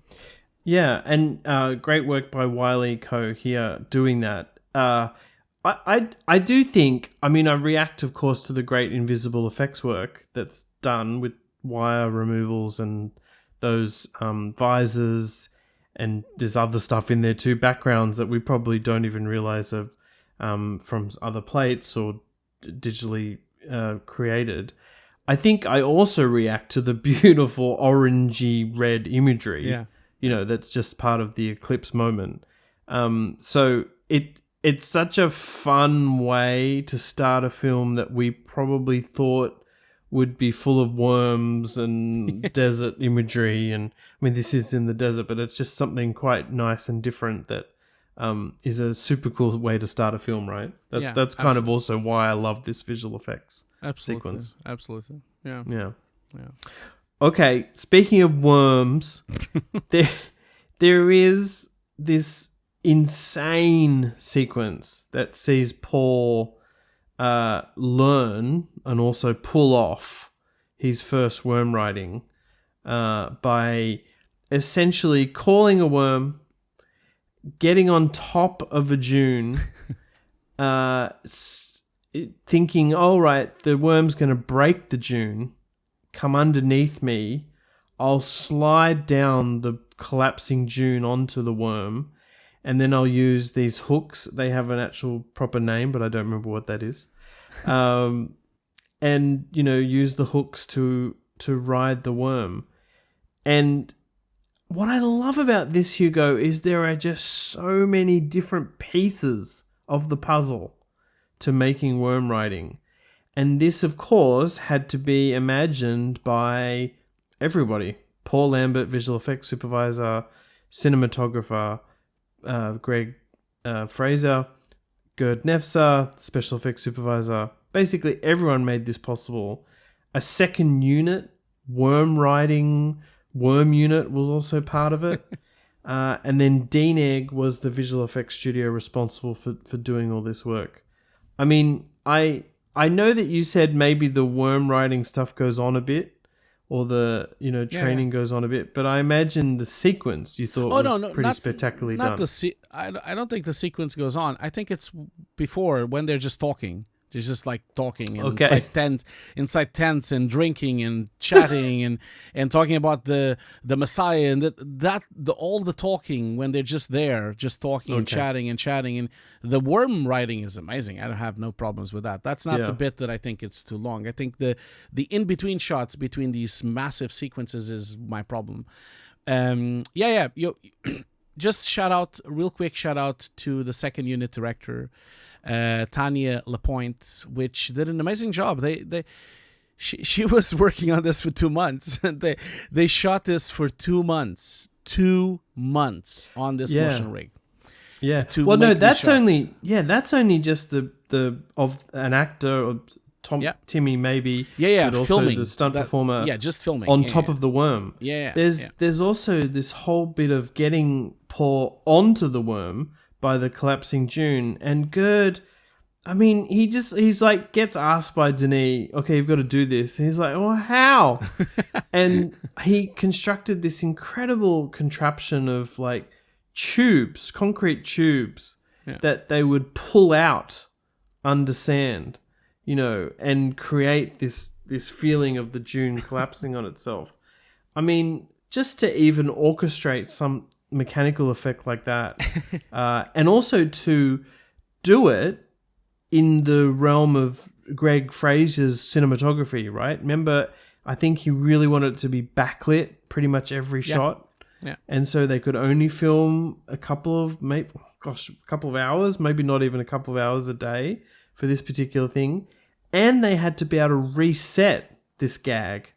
I always think that's one of the most amazing things, Hugo, about practical effects, is that, yes, sometimes there are huge sequences that have only one take possible, but often you have to do multiple takes, right? Because it might not work the first time. This was the case with the dune collapsing. They actually could do multiple takes of that. Yeah. Which is must be hard to sort out. Absolutely. I would love to see some pictures of this, and I couldn't really find many records of how they shot this, and it is just mind blowing that they even consider doing this in camera, But to be honest, like if you think about it, the way it's shot and with the backlit and quite close up, and there's a lot of dust going around, and so you get away with a lot. Like that's for sure. You get away with a lot. You get away with a bit. You do. And I think that is really remarkable, the methodology of doing this, because you kind of, and I understand this from them just talking to each other on these behind the scenes, and you kind of feel that they are really doing a collaboration at a very high level. Like Denis Villeneuve doesn't really come across as someone that says it has to be like this. No, it doesn't really look like that. It kind of seems to me that, as I've seen it on all these interviews and behind the scenes, if something can be accomplished, we'll give it a go. If it can't be accomplished, we'll adapt and do something else. And this is really a record of that. Like this shot, of course, is impossible. they did an amazing job of making him going down to the dune and then getting hooked into the worm. But it's so frenetic, so dusty, and so shaky that you feel that this is happening, but you don't necessarily see it happening, which is really testament to amazing direction of this, of trying to work with what they have. And it's really good. Like I was blown when I started reading your article. I was like, they did what? Like I was like, they used cement. What? Then what? How do you even do this? How do you even go back to one to do a second take? It's really, I was really blown away by how they shot this. Yeah. And you mentioned the worm unit that Tanya second directed. So that was essentially the motion base that a stunt performer, and there's some other characters later on that ride the worm. So they did feature other characters, stunt performers and actors. But this motion base was a really cool thing that effectively was... It's a bit like what they used to shoot the ornithopter scenes on in the first film and possibly partly in the second film. Yeah. Where Gerd Nefzer would set up a motion base and surround it with sand-coloured panels and materials on the top of a sort of hill. And, we've talked about last time the sand screens that we use to help with integration, reflections, colour, whatnot. So that's that side of it. But the motion base had on it, a fake worm skin. Yeah. And then the actor would be on top of that. Then a crazy amount of fans and whatnot to blow wind. And then all this dust. And Gerd told me that this dust, and let me just look it up because I think it's really important. It's essentially this stuff they use in makeup. Yeah. It's called bentonite. And so... I guess part of that is to be non-toxic. Yeah. It also has that reddy, muddy, dusty feel that matched, where they'd shot some plates in Jordan. But that stuff was just blown at these stunt performers all day. For, what, was it 2 months, did you say, Hugo? They shot it for 2 months, on this march. And as Tanya explains, some shots took only a couple of hours to do, and other shots took weeks to do, and so it was really a minefield trying to make these shots.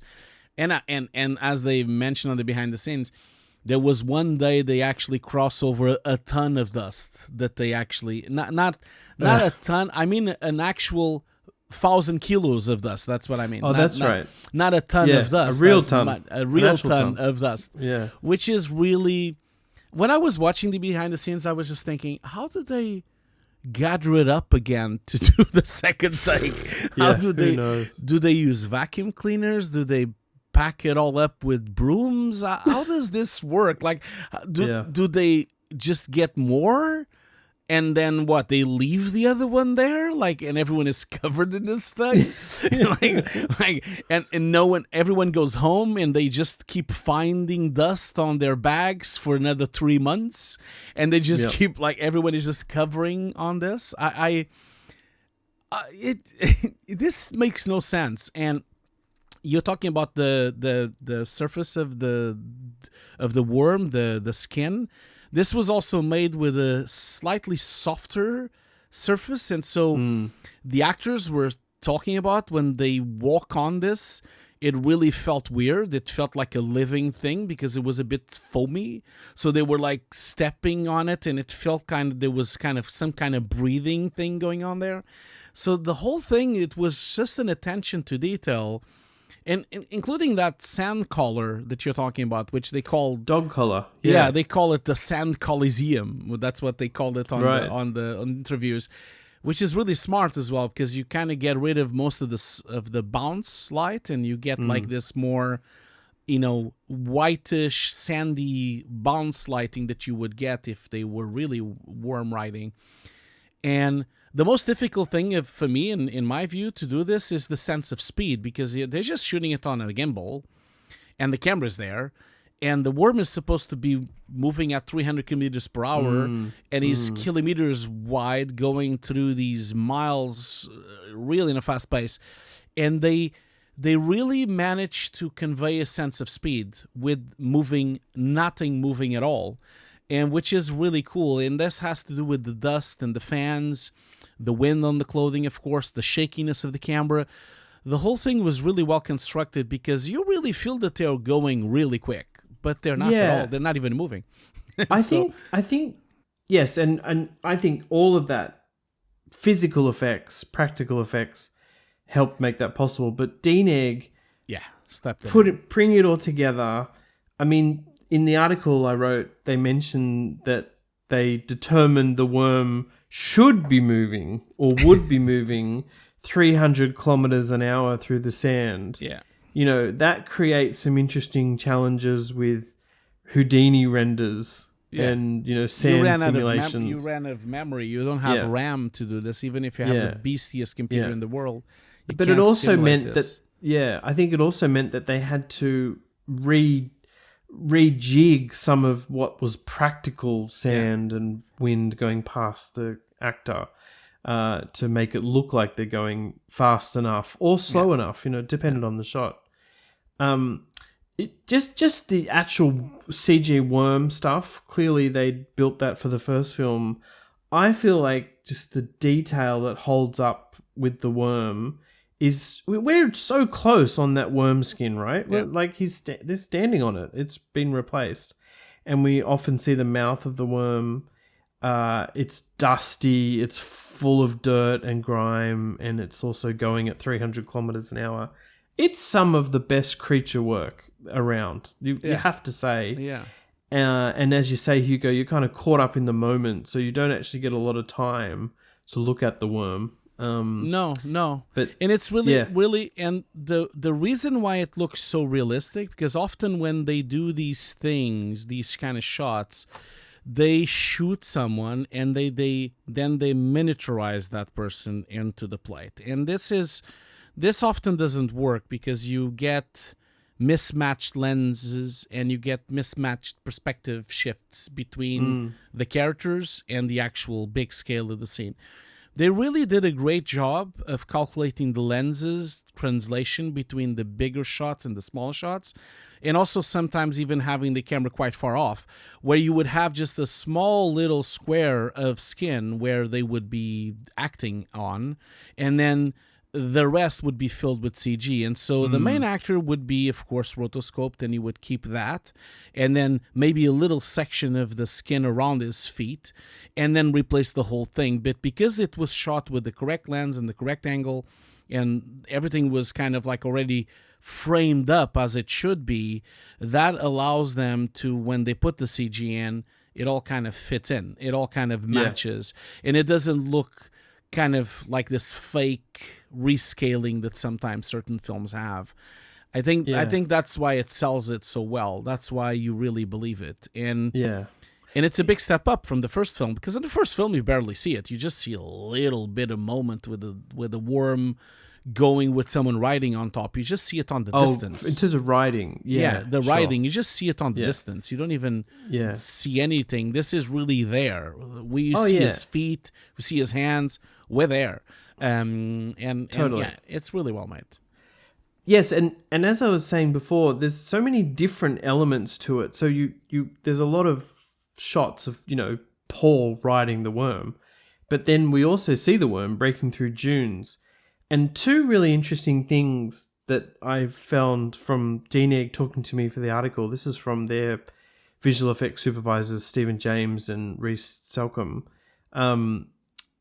were the way they planned it out with Denis. And, you know, since we're talking about simulations and all that kind of expensive rendering and sim work, Hugo, they had this ball pit approach where they basically just simulated big beach balls first and showed Paul Lambert and Denis these to get the feeling, right? To get their reaction to how it would go through a dune, and then just keep refining it to grains of sand. I think that happens in other films. People get buy-offs from the directors this way, but it was a really interesting story that they've told me in the print magazine.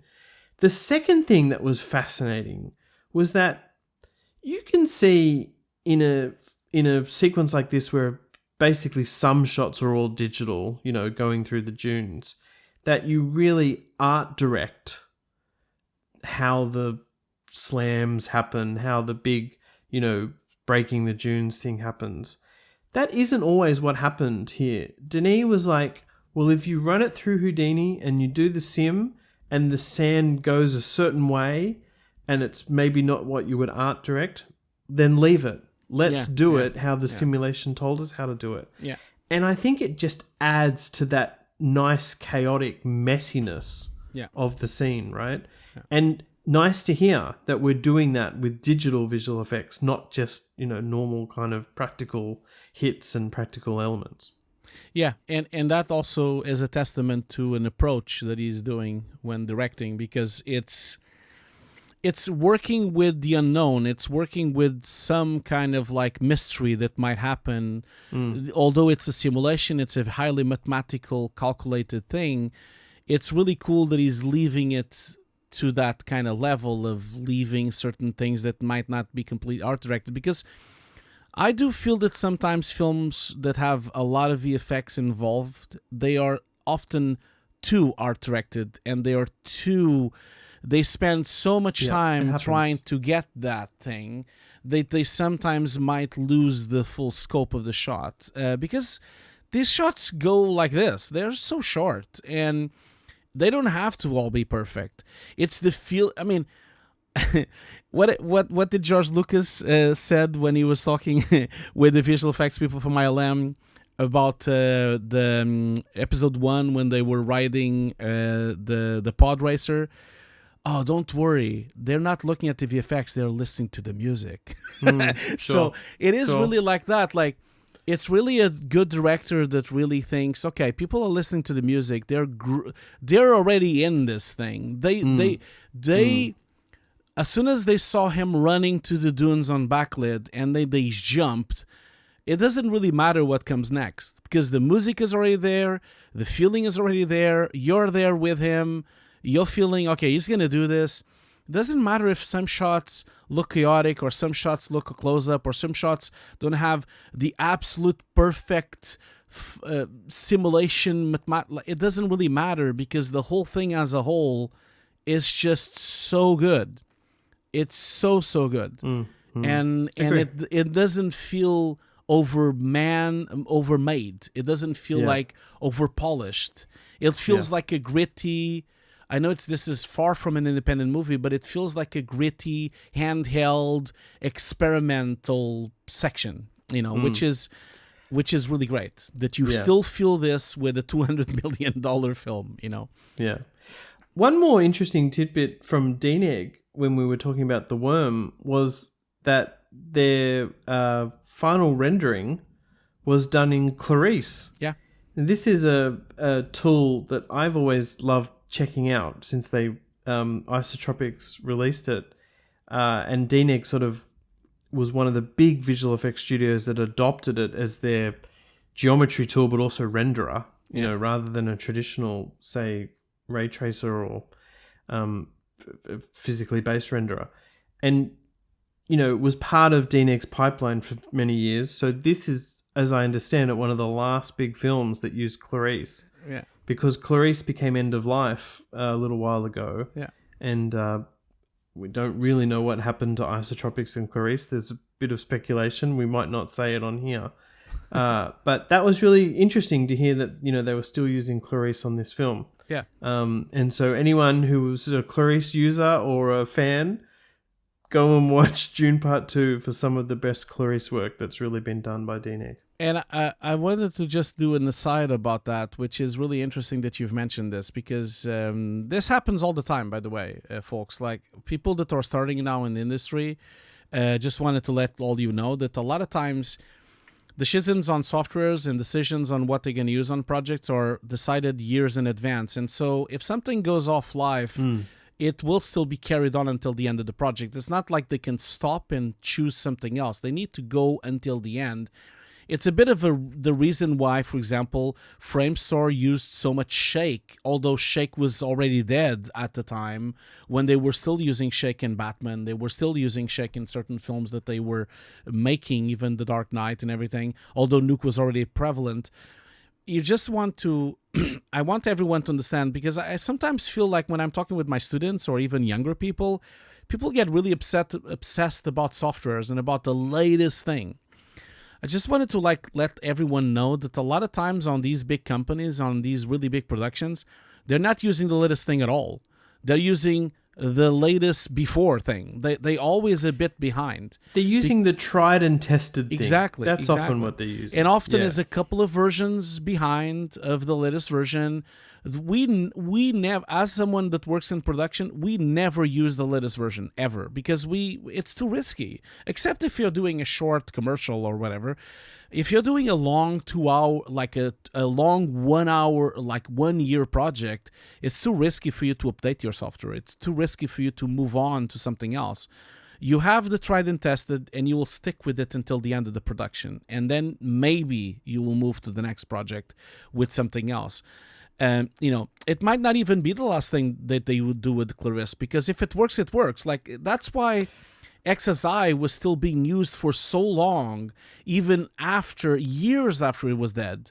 I mean, we were using, Softimage was being used at the mill for years after it was dead. That happens all the time, Yes. R.I.P. Softimage. Anyway,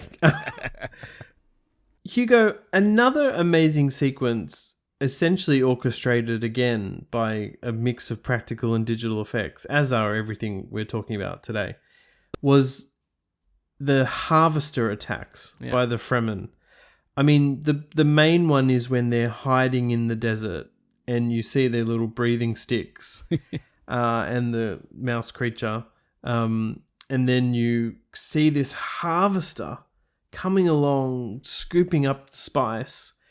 By the way, that close-up shot of the scoops and the sand, I'm convinced is like a real machine. I think that is also some of DNEG's finest hard surface modeling and animation and rendering. That particular shot when it's really close up and you see little bits of sand and spice. But the actual attack on those harvesters is a super, super cool sequence. Yeah. We've got, missile launches, laser blasts, ornithopters crashing. And then the kind of the coolest thing that we probably talk about, Hugo, is the way that Paul and Chani use the legs to hide from the ornithopter shooting them. And the things that Gerd Nefzer and his special effects team had to do to make those legs on set is super cool, right? But that sequence is awesome. I'm sure you love it. Yeah, I love it as well. And we already mentioned a little bit about the Unreal planning. This shot was really, really came to life because of all this planning using Unreal, because of the sun's position, especially because of the shadows, since the shadows was such a predominant part of the story on this sequence. But these legs, man, when I saw these photos on your magazine and you see the caterpillar cranes with the legs, I'm like, what? I in a million years, I always thought, maybe they had a little small prop there and the whole thing is CG and amazing job there. But when I saw that they actually had these massive legs in the scene, making these stumps on down. Even the director was surprised when they came into on set and they actually saw this happening. Even he mentions it on interviews like, I arrived on set and it was there. The legs were there. So it made such a difference, because the actors can play to it. It's really there. It makes the real shadow, although they've of course extended the shadow and made the shadow bigger because of course the harvester is huge, not so tiny, not just the leg. But it makes a huge difference. And that's why when you watch the scene, you believe it. You believe that it's there. You believe that it doesn't matter how much CG we're going to have there, because the whole harvester is CG, but because the legs are real, the whole thing just fits together. It just kind of merges together and gives you this weight, this leg moving really slowly and hitting the sand, and it just makes it and it's just a different. It clearly impacted on the camera operators framing, on the actors being able to realize they're in shadow or hiding from the ornithopter. You know, it just immersed everyone into those scenes so much better. And then, as you say, it casts this great shadow that really looks kind of cool on the actual plates on the shots, I think. But just to mention what Gerd had to go through to make that possible, it was finding basically movers that could lift heavy,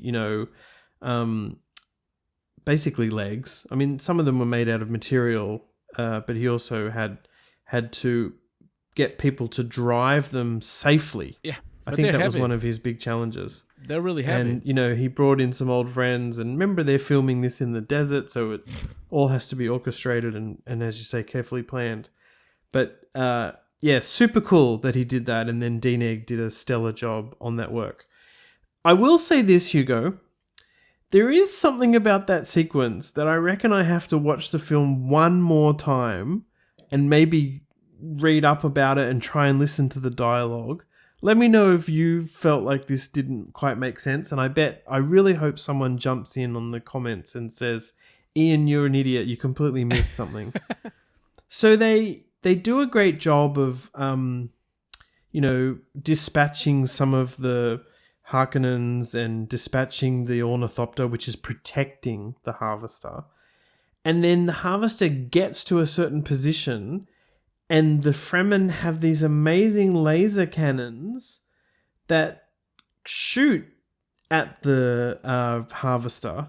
Maybe its shield is down. I might have just realized that while we're talking. But it's like, I feel like the laser cannon could get through a shield in any case. And the point is, they shoot these laser cannons and slice and dice the harvester, which looks super cool. But my point I'm trying to make is, why didn't they just fire those laser cannons in the first place? So please jump in and tell me I'm wrong and they needed to disable the shield or something like that. But we never see that. We never see it being disabled. So I don't know. Well, whether the shooting of it or the crashing of the ornithopter. Whoa, I don't know if you heard that, but that was a huge lightning thunder strike. Is it raining there? Yeah. That is heavy. I heard it. That was really heavy. Wow.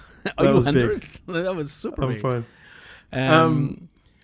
Anyway, I certainly feel like maybe a story point could have been driven home a little bit more. Ruining the film again. Now I can't not think about this. Why the hell don't they just...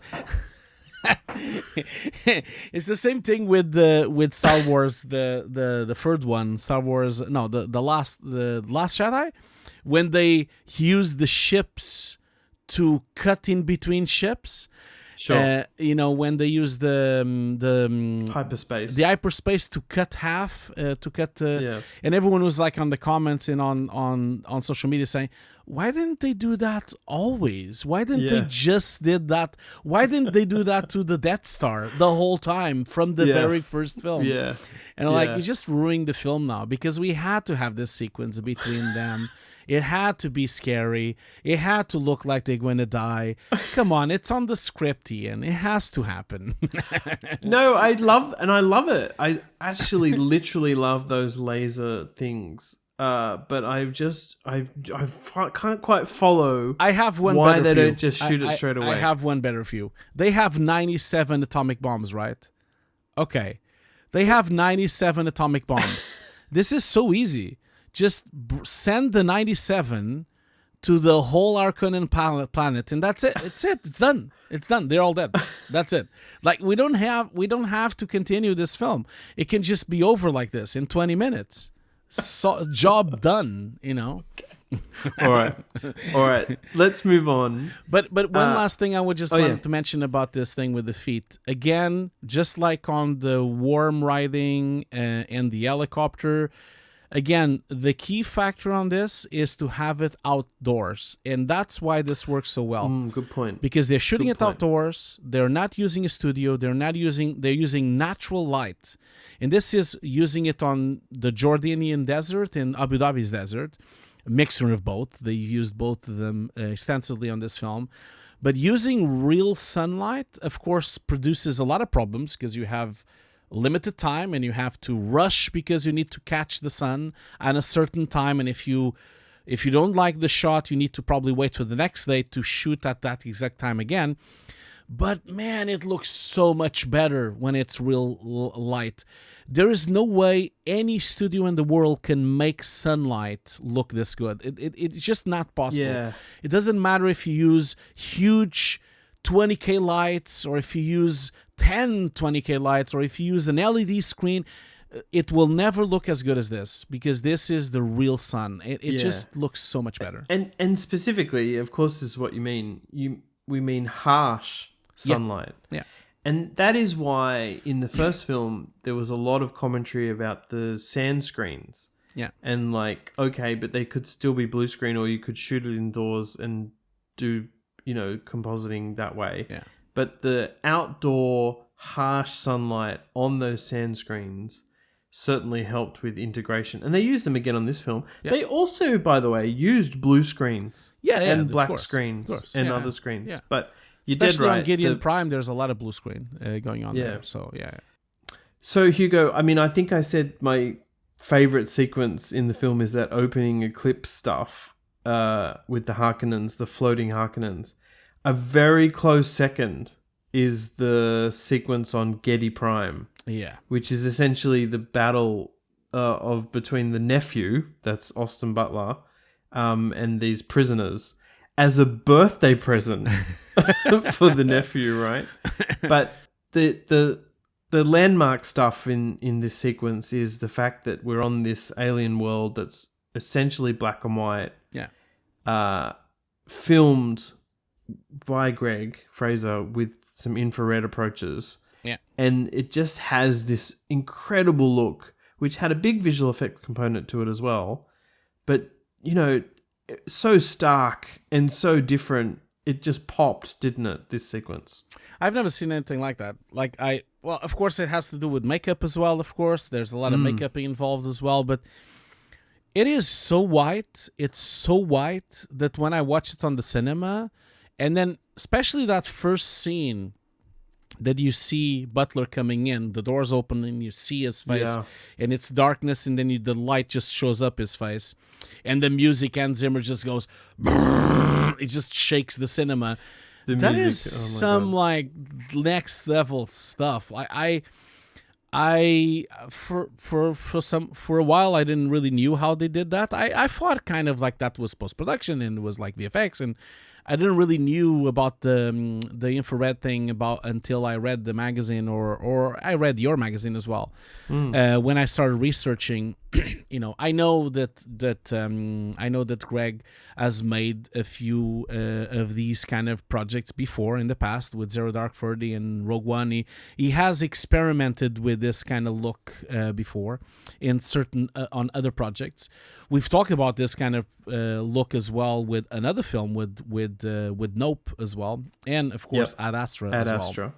Yeah, so this is really cool, and it's not a simple thing. It's simple once you figure it out, of course, but it's a combination of a lot of things happening in the camera. So this is an Alexa LF, a mini LF, and basically what you do is like they started by removing the AR cut filter. So between the lens and the sensor, there's always like a little filter, which is a filter to protect the sensor, and it's a filter that usually needs to be there for the color to look like color, like to behave normally. So they removed the AR cut filter from it and did some modding to the camera, so the camera would be shooting in a more harsh way into the infrared.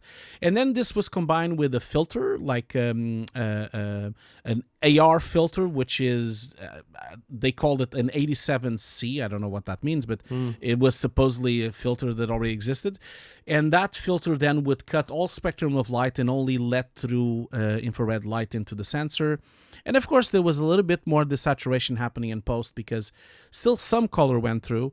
And so they had to even make it even more desaturated. But the result is this kind of, yes, it's black and white, but it's not just black and white. You have this reversal of color sometimes with dark cloths becoming white cloths, or dark things becoming white things, and it just makes it amazing. It has all to do with this planet, which is dead. The planet has no plants, it has no vegetation, and apparently, as the book says, it's a white sun. Usually white suns are suns that are either very young or old or dying, so it has to do with that as well. So the light has no yellow whatsoever, like our light. Our sun is a very yellowish sun. This is a completely white sun. And this sequence just became... This entire thing became so beautiful and horrible as well, because it makes it look like it's the most horrible place to live in the world at the same time as being the most beautiful place in the world, because it's like a laboratory man-made place, but also with this black and white, it makes it so stylized and so pretty. And then his teeth are black, and then the whole thing is just, I've never seen anything like that. It's just so well constructed. Yeah. I really liked that we're only actually given glimpses of Giedi Prime. You know, there's wide shots of the city, but we're mostly in this arena where there's a huge crowd watching this fight. And of course, they're all very conformist and they clap and jump up very similarly. And you can feel, you know, the awfulness of the world just from this arena. And of course, from that stark black and white, whatever we want to call it, photography as well. There was a big visual effects side to this, more so in terms of building out those environments, and the crowd work in the arena. But also, I mean, occasionally they had some makeup issues, you know, where a character, I think, had tattoos. And because of this IR photography, even though they'd have makeup on top of the tattoos, you would still see it, it would still show up. So visual effects had to deal with that. Denis did a top job generally on this sort of stuff. The one other thing I loved about this sequence, Hugo, is sometimes there's some fireworks in the sky. And they just have this great inky, liquidy feel that's sort of part of that world as well. And I think Denis team did a super duper job on simulating those fireworks as well. It's funny because the fireworks could so easily look fake and so easily look bad because it's just an ink blob going on the sky. But it's so well constructed and so well simulated that you completely believe that it might be happening. Because the whole thing is very wet anyway. You always see the Baron in liquid tubs. He's always on oil. There's always oil everywhere. The whole thing looks like a garage.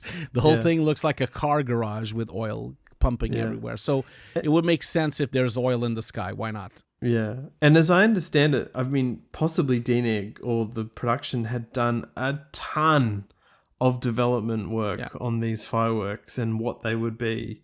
And, you know, this really interests me in general in terms of visual effects about exploration and how much work we throw out, you know, because not just because, you know, it's work wasted, and I don't think that's like wasted at all, but I would love to see initial tests and hear about, you know, the kind of work that was done that didn't make those fireworks. But anyway, they basically went with a slightly simpler approach by sort of that watery, inky feel on the sky.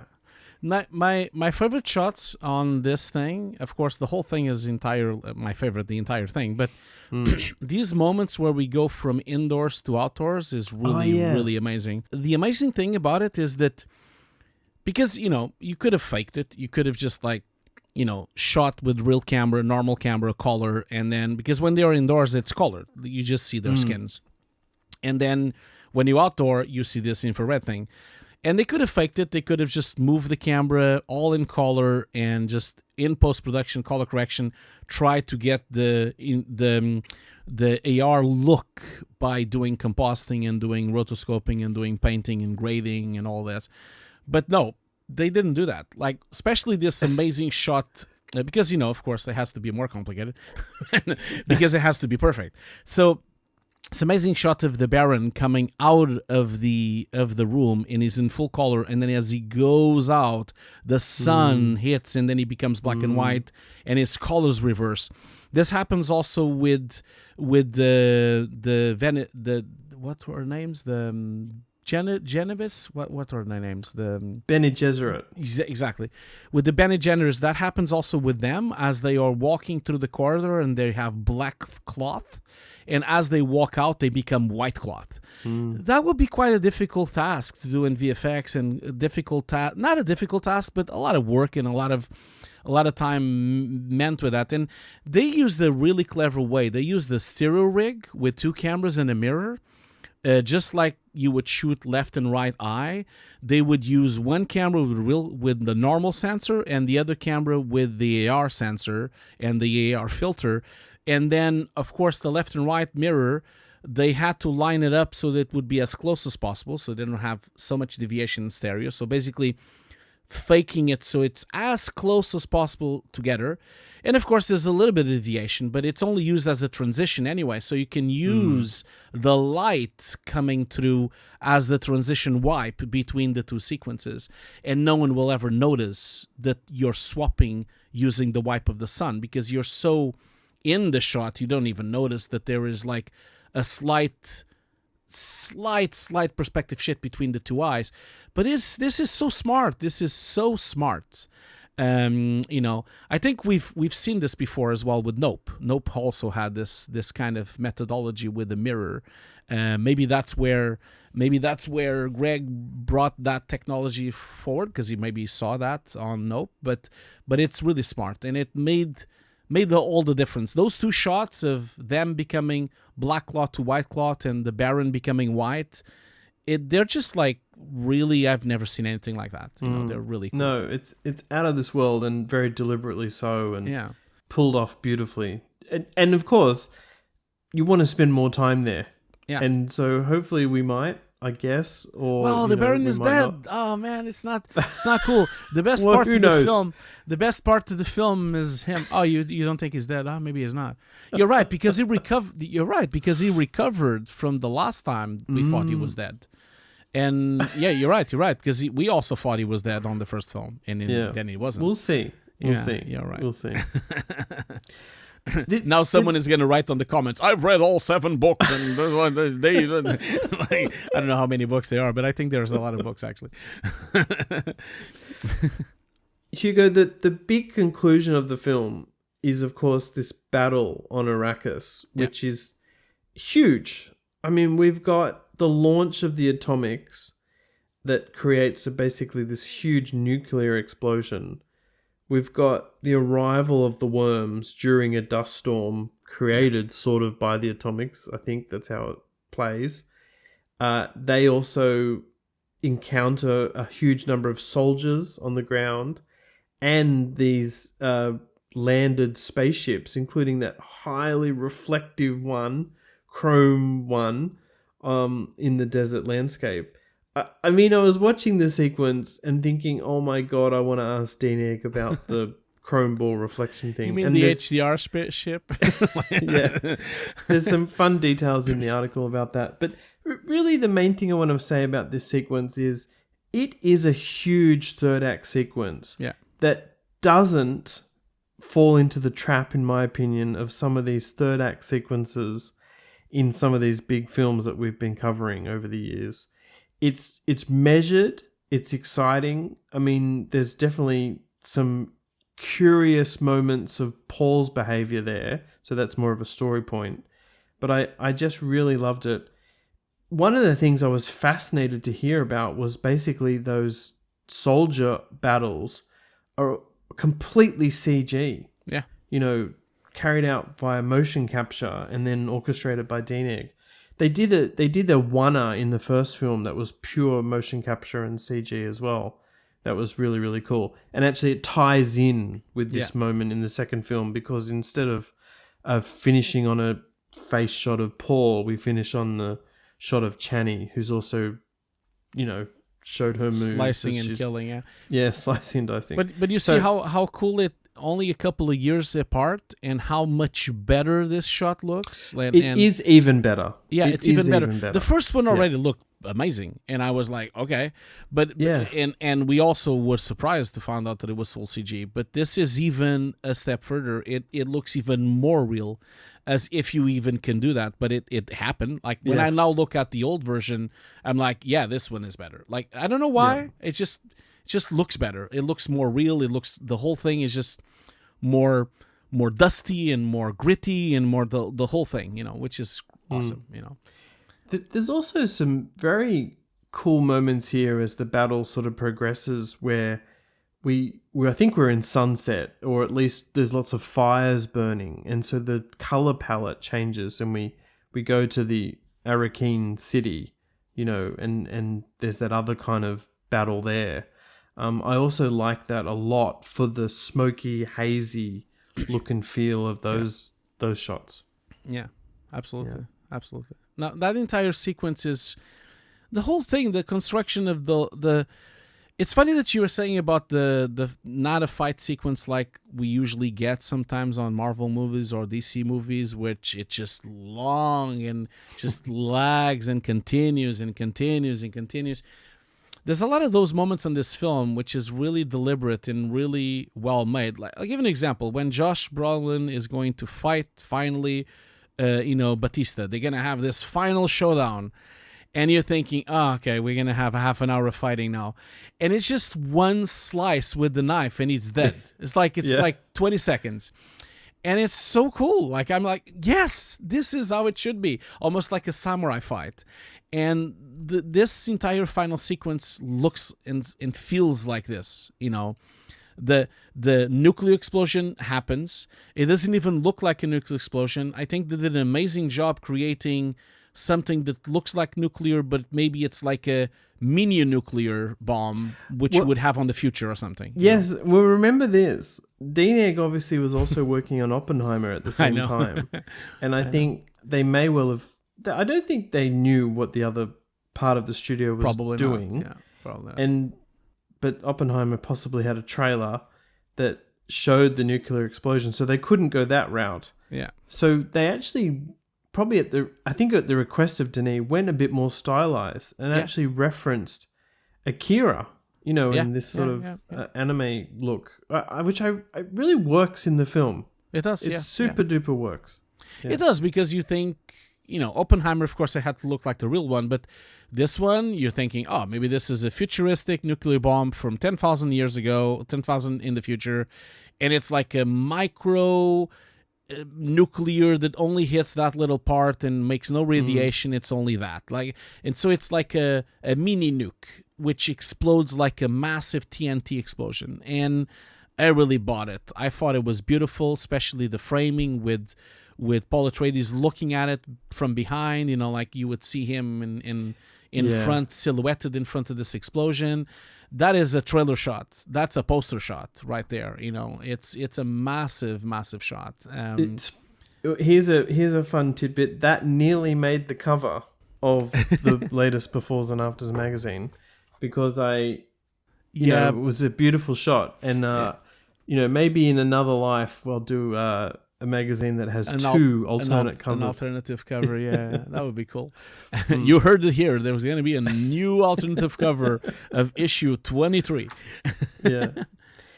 And Hugo, I think, as we kept saying, there's so much visual effects work in the film, and we can't cover everything. But one thing I definitely wanted to mention that I think is seamless. I mean, there's so many invisible effect shots in the film, but the one that is seamless is the Fremen blue eyes. Yeah. And in the first film, they were tackled, pretty much in the hard way. Yeah. Rotoscoping, delivering mats for the eyes and tinting the shots, eyes blue. Yeah, 280 shots. In this film, I think they really wanted to capitalize on some developments, of course, that have been made in Nuke and Copycat by using ML and AI to automatically, although it's never like that, no, get those mats for the eyes by training on previous blue eye footage from the first film, and then actually continuing to train on finished shots from the second film. Yeah. And what's really, really, really cool about this, and most of that work was handled by Wiley, what's really, really cool about this is that Paul Lambert, the production visual effects supervisor, who many people will know has a long history with Nuke from the Digital Domain days. Yeah. And he basically took control of doing that training himself. Right? Just to remind people, this is the production visual effects supervisor. Yeah.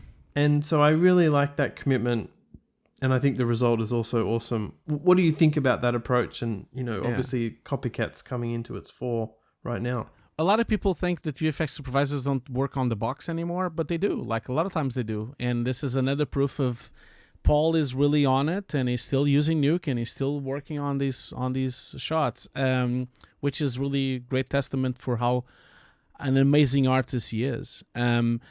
I thought this was fascinating. I'm not sure what the Foundry is waiting to make make an article about this, because this is probably the best use of copycat that I've seen in film, and because they've ended up. It's really successful. They did 400 shots out of 1,000 with copycat, which means it's a ratio of 40% of success, which is amazing. Like in a normal budget, if you think about that, 40% was done automatically. You're thinking, wow, we saved so much human time and so much artist time and so much money trying to do this, and it's so smart. And they now can use it on the third film. They can use the two other films as a copycat machine learning tool. Yeah, and of course, let's not get ahead of ourselves. It wasn't perfect all the time. A lot of shots still require the proper rotoscoping and proper painting methodology. Lots of artist input here. Still worked a lot. And again, as we keep saying on the show, it's a combination of a lot of things. Machine learning and AI is nothing without artists as well. And that was the case here, like especially large crowds, which they actually thought was going to be the easier part, wasn't. Like the large crowds became a problem, mainly because of the lack of pixels and lack of resolution that you would have because the eyes were so tiny. But if you think about it, those would become then the easiest ones to do by hand because they're smaller anyway. So AI still, in machine learning, still has a long way to go to try to deal with rotation, deal with occlusion, and deal especially with large crowds that get confused by the amount of eyes. So it kind of works for some shots, and I'm assuming it works for the simpler shots and the shots that they're not moving much. But a ratio of 40% success is really amazing. And this methodology of using 280 shots from the first film to train the algorithm, and then to use the rotoscoped shots, the final ones, to then train it even more, it's really genius. This is really genius work, and works really well. It looks beautiful on the film. Not that they would ever leave anything that wouldn't look good. I mean, if something would not work, they would just paint it on by hand and that's it. But I just like the commitment from all. And then, just to remind people, this is Paul Lambert. I mean, he was the inventor of the IBK Kia. In Nuke. It's still in Nuke. Yeah, it's still used. We all use it. We still all use it. It's still probably my favorite way of keying, and probably one of the most like useful keying methodologies in Nuke by far.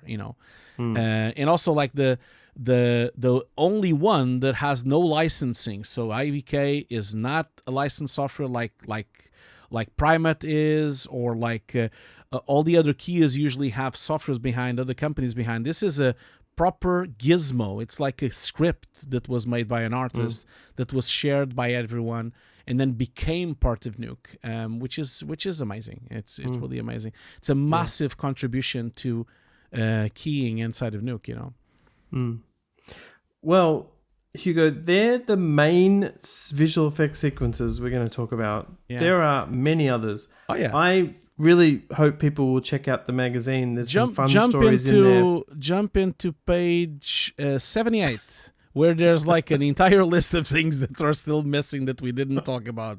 Just jump into page 78. There's more there. Yeah. Yes. I mean, the baby worm. I love that. That's a practical and digital effect. Yeah. The ornithopter stuff. The way they explode this film is so good. The attack on Siktabar, I think it's called, that just has those huge explosions orchestrated by Dave Bautista's character.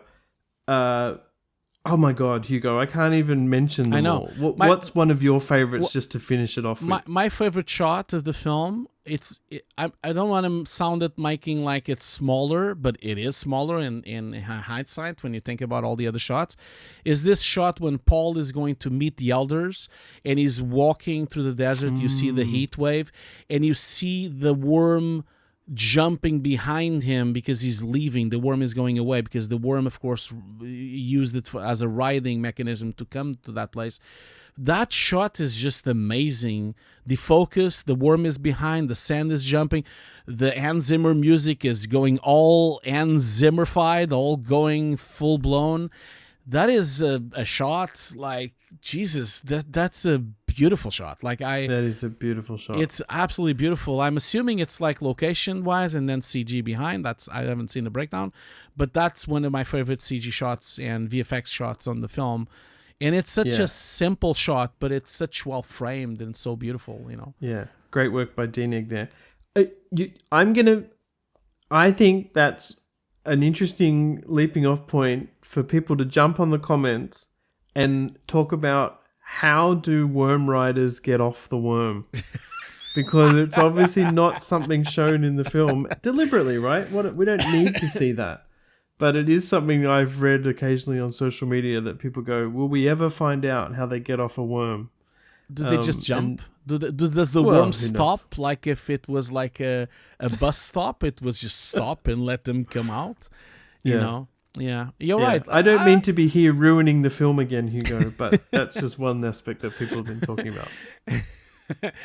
Oh man, again, you with the lasers and now the worm. Like, you're just like, do you even like movies? Do you even like films? Like, bringing all this realism, all this downer energy that you're bringing into the film.